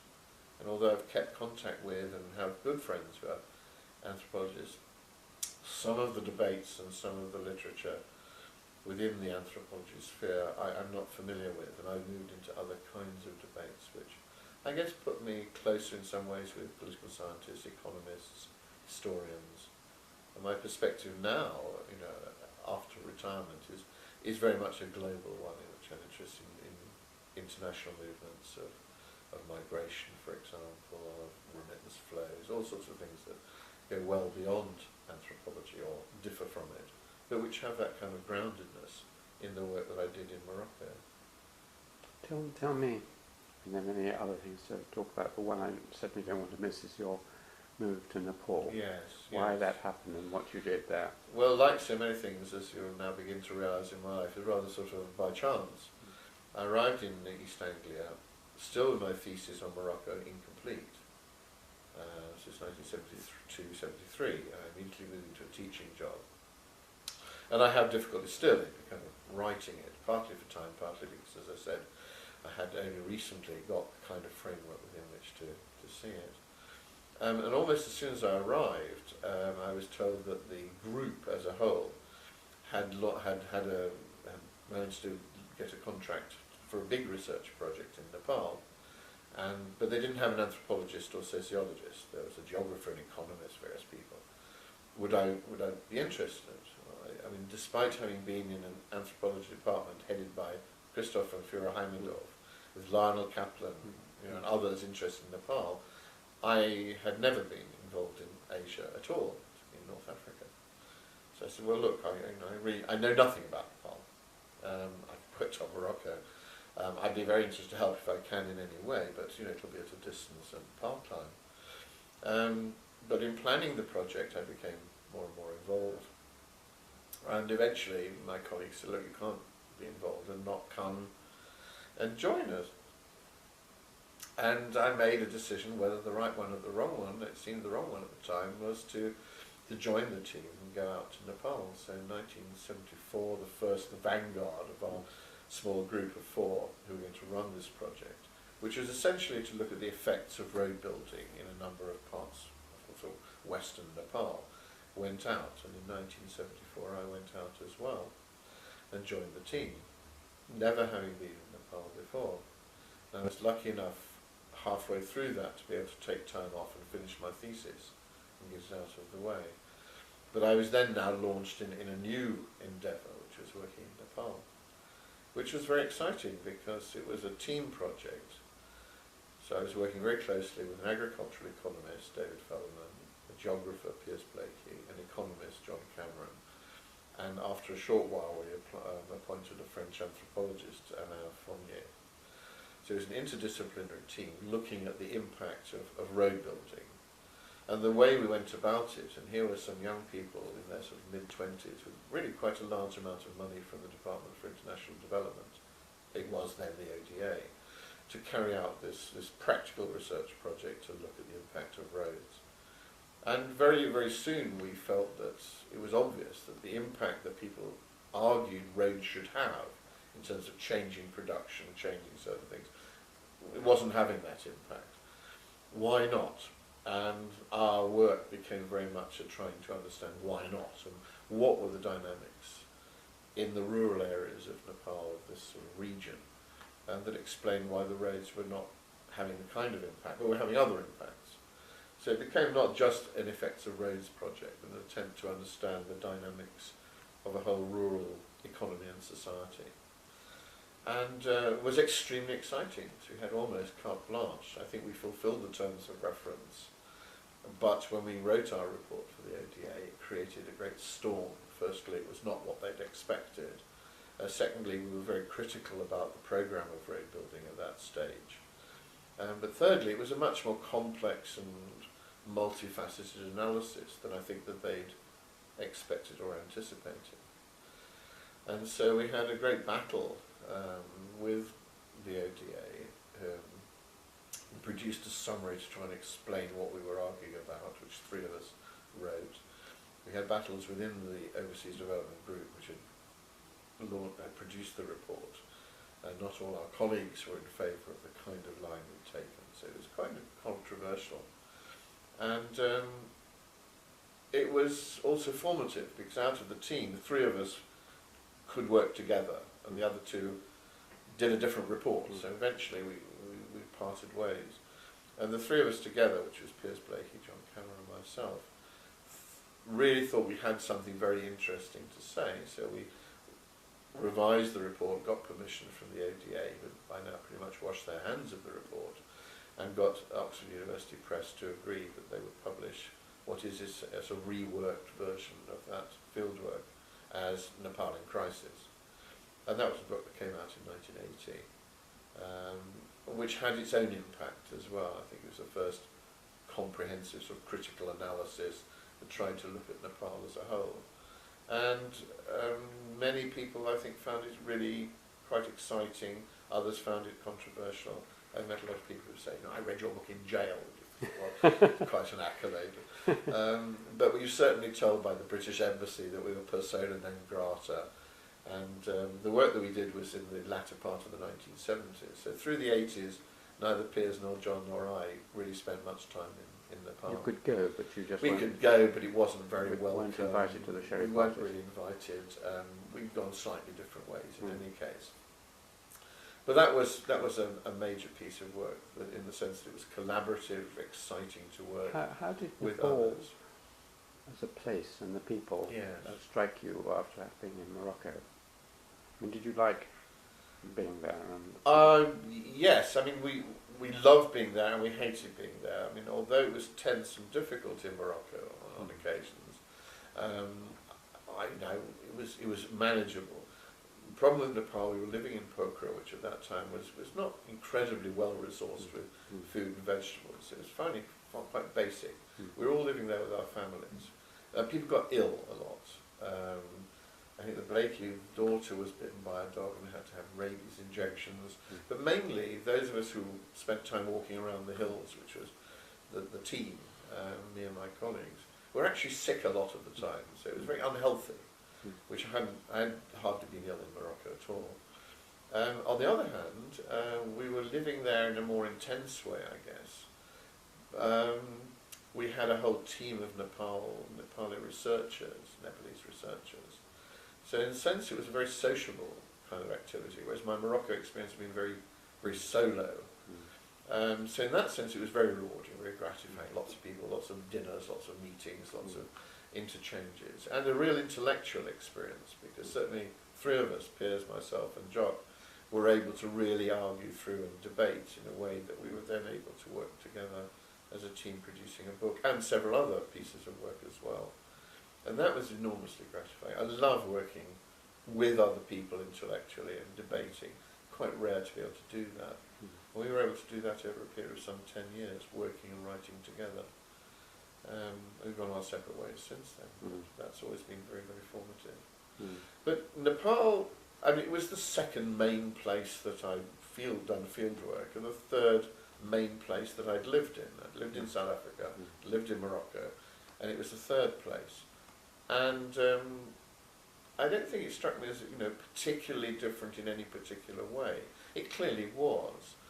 It seemed to me more complex in many ways than Morocco, partly to do with notions and realities of caste as well as ethnicity. I mean, these are both working there, as well as the kind of class and economic social divisions.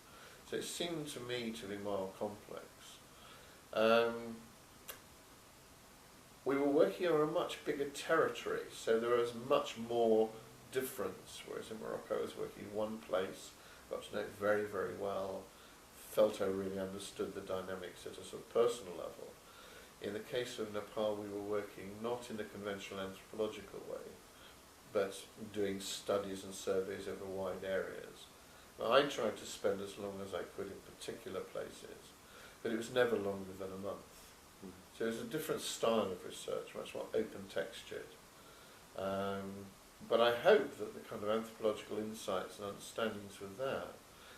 But the other thing was also we had other people's work to draw on in a way that there was very little in Morocco that I even could use. hence my lack of a kind of guiding framework. I mean, Ernest's work was somewhere else in Morocco.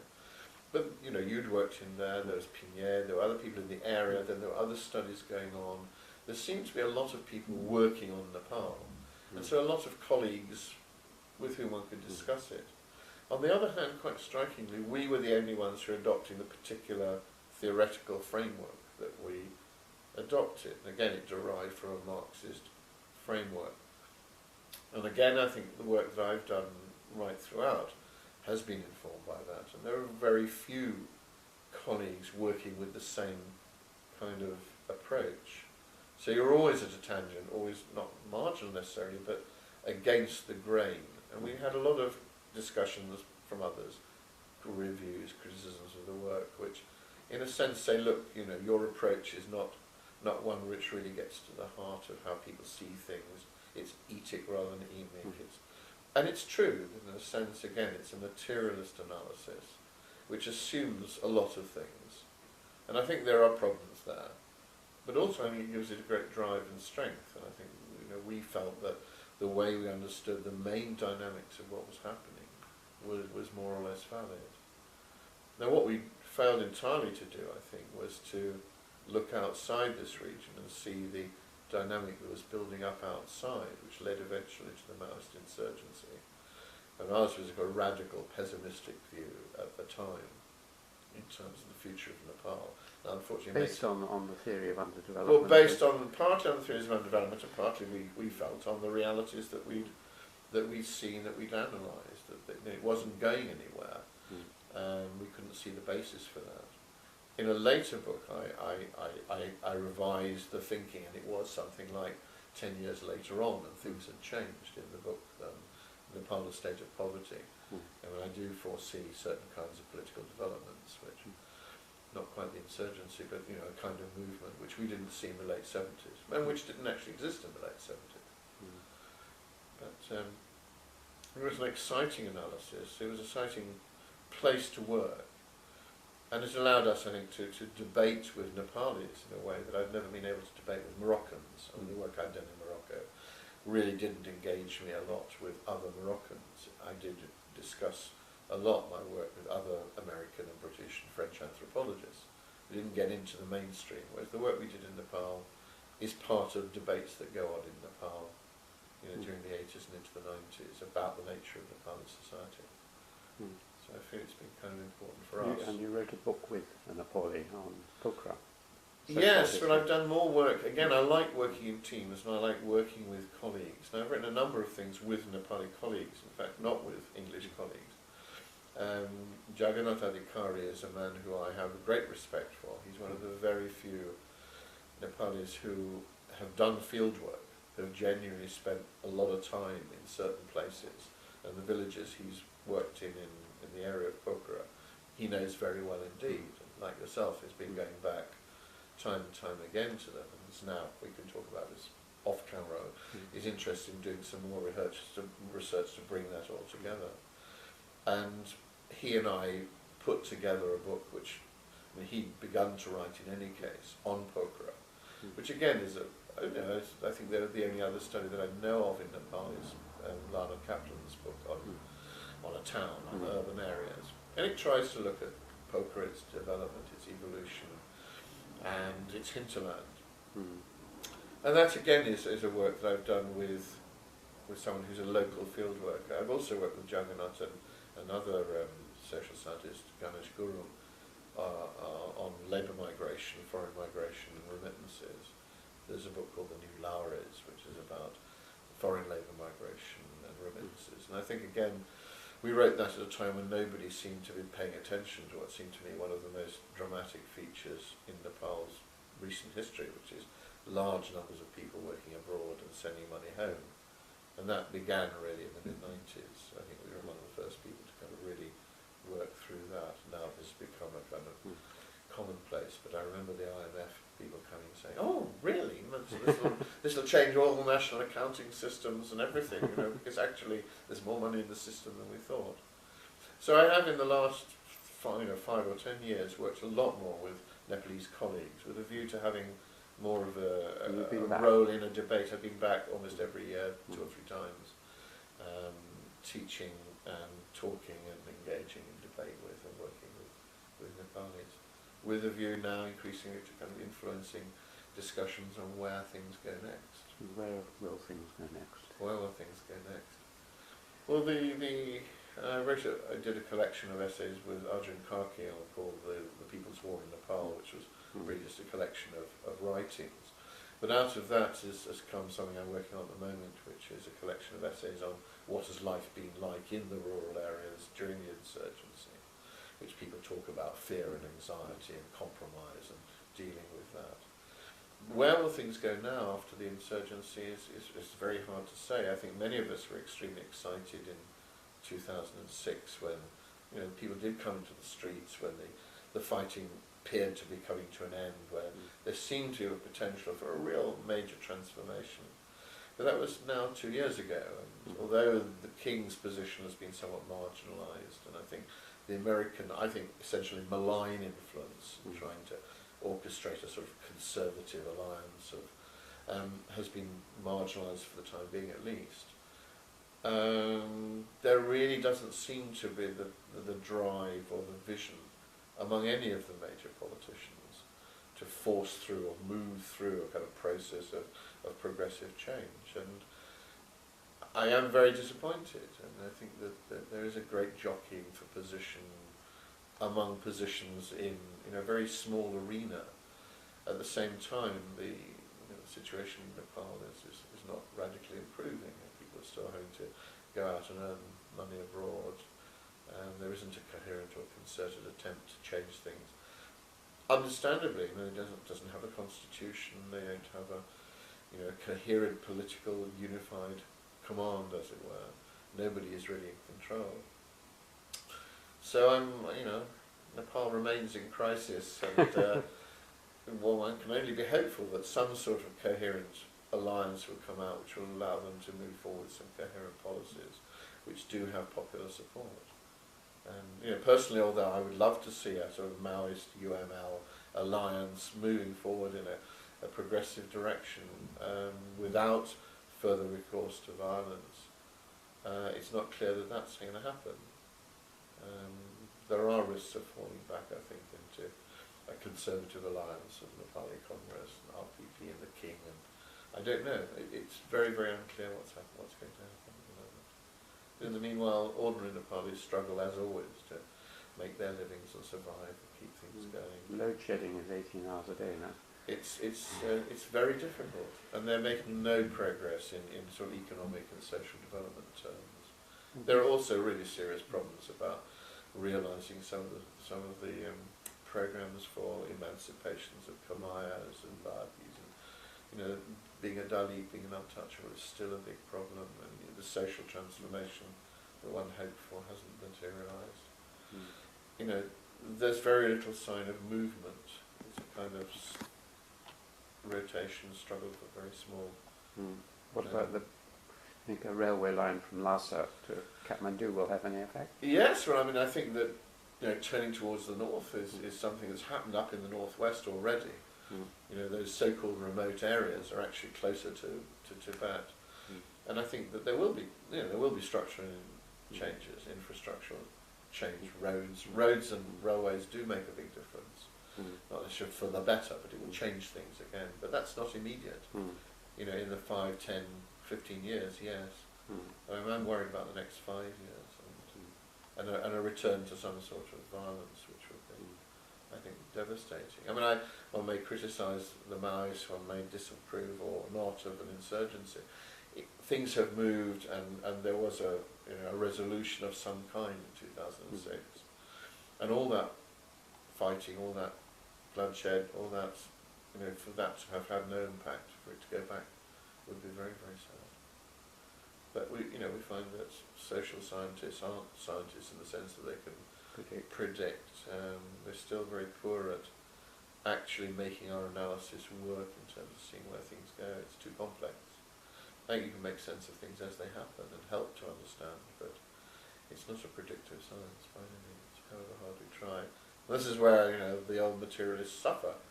people like myself who think, you can perhaps find a clear way to explain first and then see how things will happen next. Unavoidably we're all caught up in the idea that no, these evolutionary, teleological narratives are not the guide to the future. It has to be made. History has to be made. It doesn't make itself. But there are parameters, and there is more optimism in my mind now than there was 10 years ago about where it might go. Like certain things have been unblocked, and there is a dynamic. But yes, I'm less optimistic now than I was 2 years ago. Moving outside the two areas you particularly worked in, Morocco and also South Africa. Tomorrow there's an inauguration of a new president, Obama. How do you, what are your feelings about the development of the world at a wider level? That's an interesting question. Not just got to answer, but sort of go back a little bit.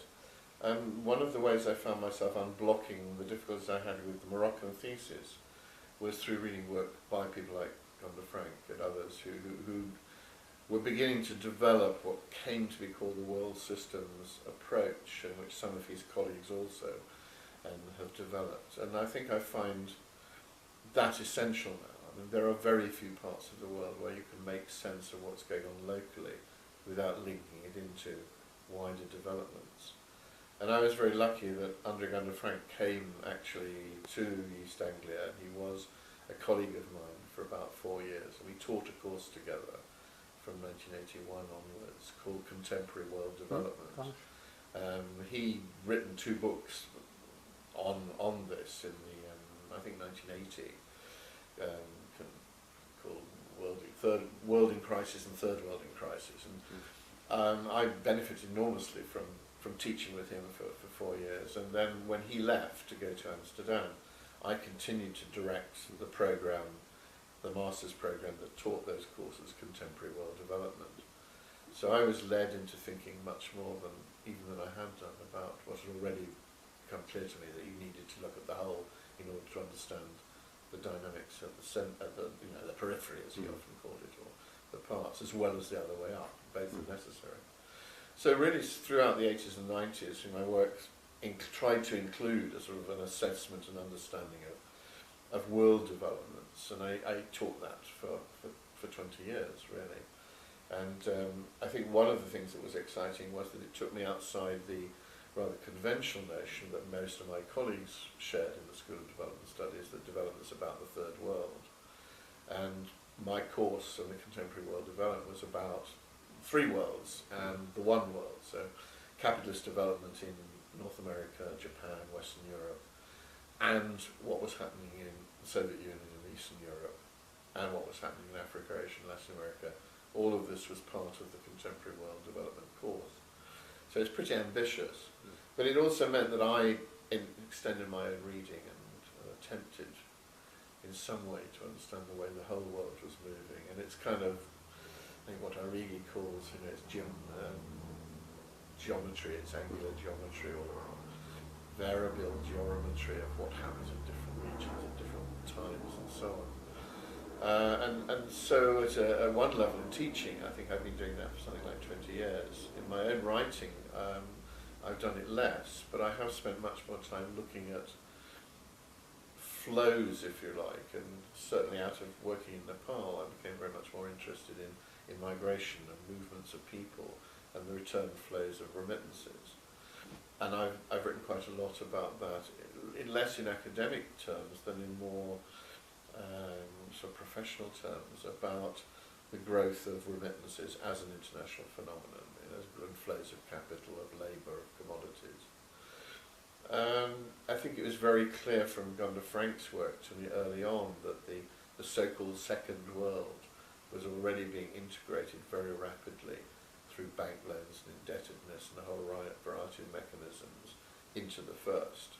And by 1989 it was obvious to all of us that whatever it was called, state socialism, socialism, the Soviet Union, was no longer viable in a political sense, arguably because economically it was no longer viable.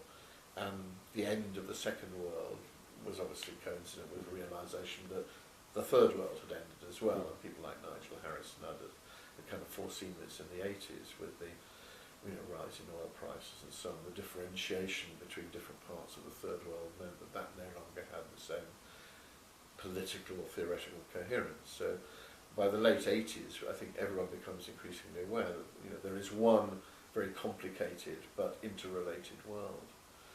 And I guess a lot of the work that I've done and a lot of thinking and reading has been very much in terms of that sort of global dynamics. I've returned more in the last few years to the Middle East as an arena,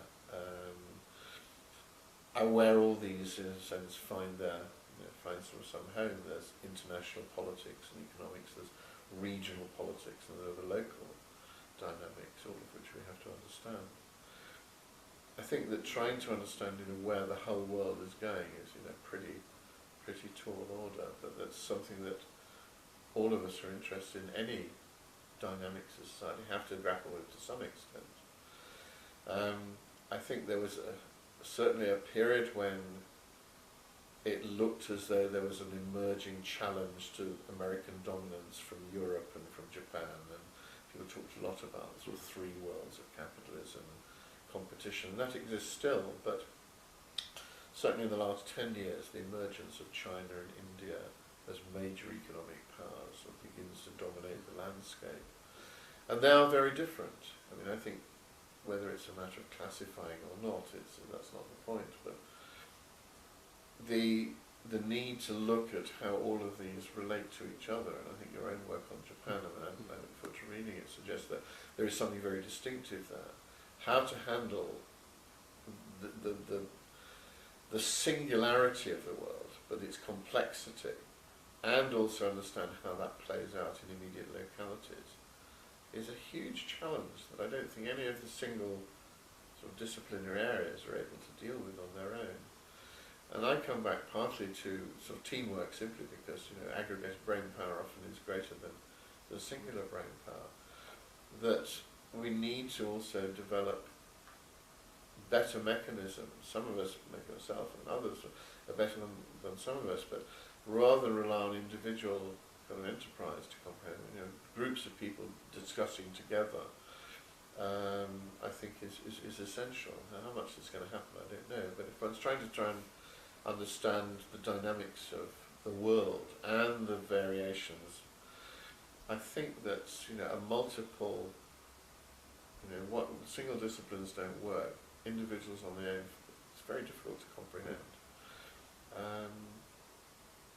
And there's a need to grapple with this, and yet it's enormously difficult to understand. I mean, I'm struggling at the moment, as everyone is, I guess, with the most recent supposed crisis, where the credit crunch came from, where the crisis has come, why is it taking so many people by surprise?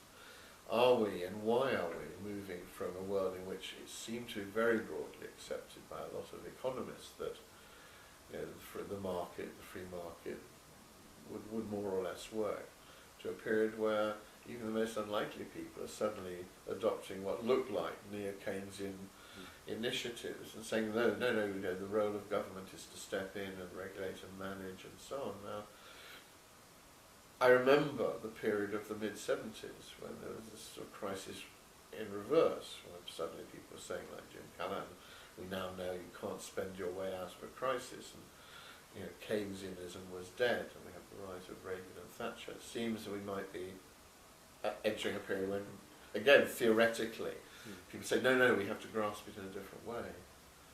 And I'm just struck by the difficulty of making sense of how things move and how things go, and the fact that we're at the very moment living in a period where people seem not to have seen this coming, to have very different explanations of the causation, if you like, and even now a very, very variable grasp of what's going to happen next. Some people say, oh, we'll emerge out of it by the end of 2009, others see a long recession. It's very hard to grasp. I guess I'm struggling here, like anyone is, in trying to see how best to address global problems, particularly if it's not just about economics, but economic and political. And as you say, here is a singular moment. We probably make more of it than we need to. One person will come to power as president of the US. There's a limit to what they can do. But it is an important moment, as you say, to reflect on where things will go next. It's still true, I think, the United States as a state, as a political economy, dominates more than any other what happens elsewhere. It's still decisive, but it's not a single hegemonic power. And certainly the presidency is caught around in various hedges and counterbalances. But we've seen that, even a single administration can actually change what happens in certain countries, if not regions. And the Bush administration has taken the world to war, undoubtedly, in certain regions, in ways that needn't have gone that way. There were real alternatives. So the way things will move does depend, I think, interestingly, on the new presidency and how the American administration moves. And in a sense, one's optimistic that a group of determined people in the right position can change the world, to some extent at least. We've seen that in lots of places, for better or for worse, whether it's the Russian Revolution or what have you. At the right moment, groups of determined people can change things dramatically. The problem is it doesn't always then evolve in the way that they anticipate. So we don't, it's very difficult. I think all one tries to do is to make sense of it as it happens and keep struggling. But I guess I'm disappointed, as an old sort of Marxist and materialist. So you can't see the steps, to heaven leading up through the clouds. But so be it, I think one recognises that that's not possible. It's too complicated. Or as the man said, our tragedy is that you understand life backwards, but you have to live life forwards. Absolutely, yes. A good place to stop. Thank you.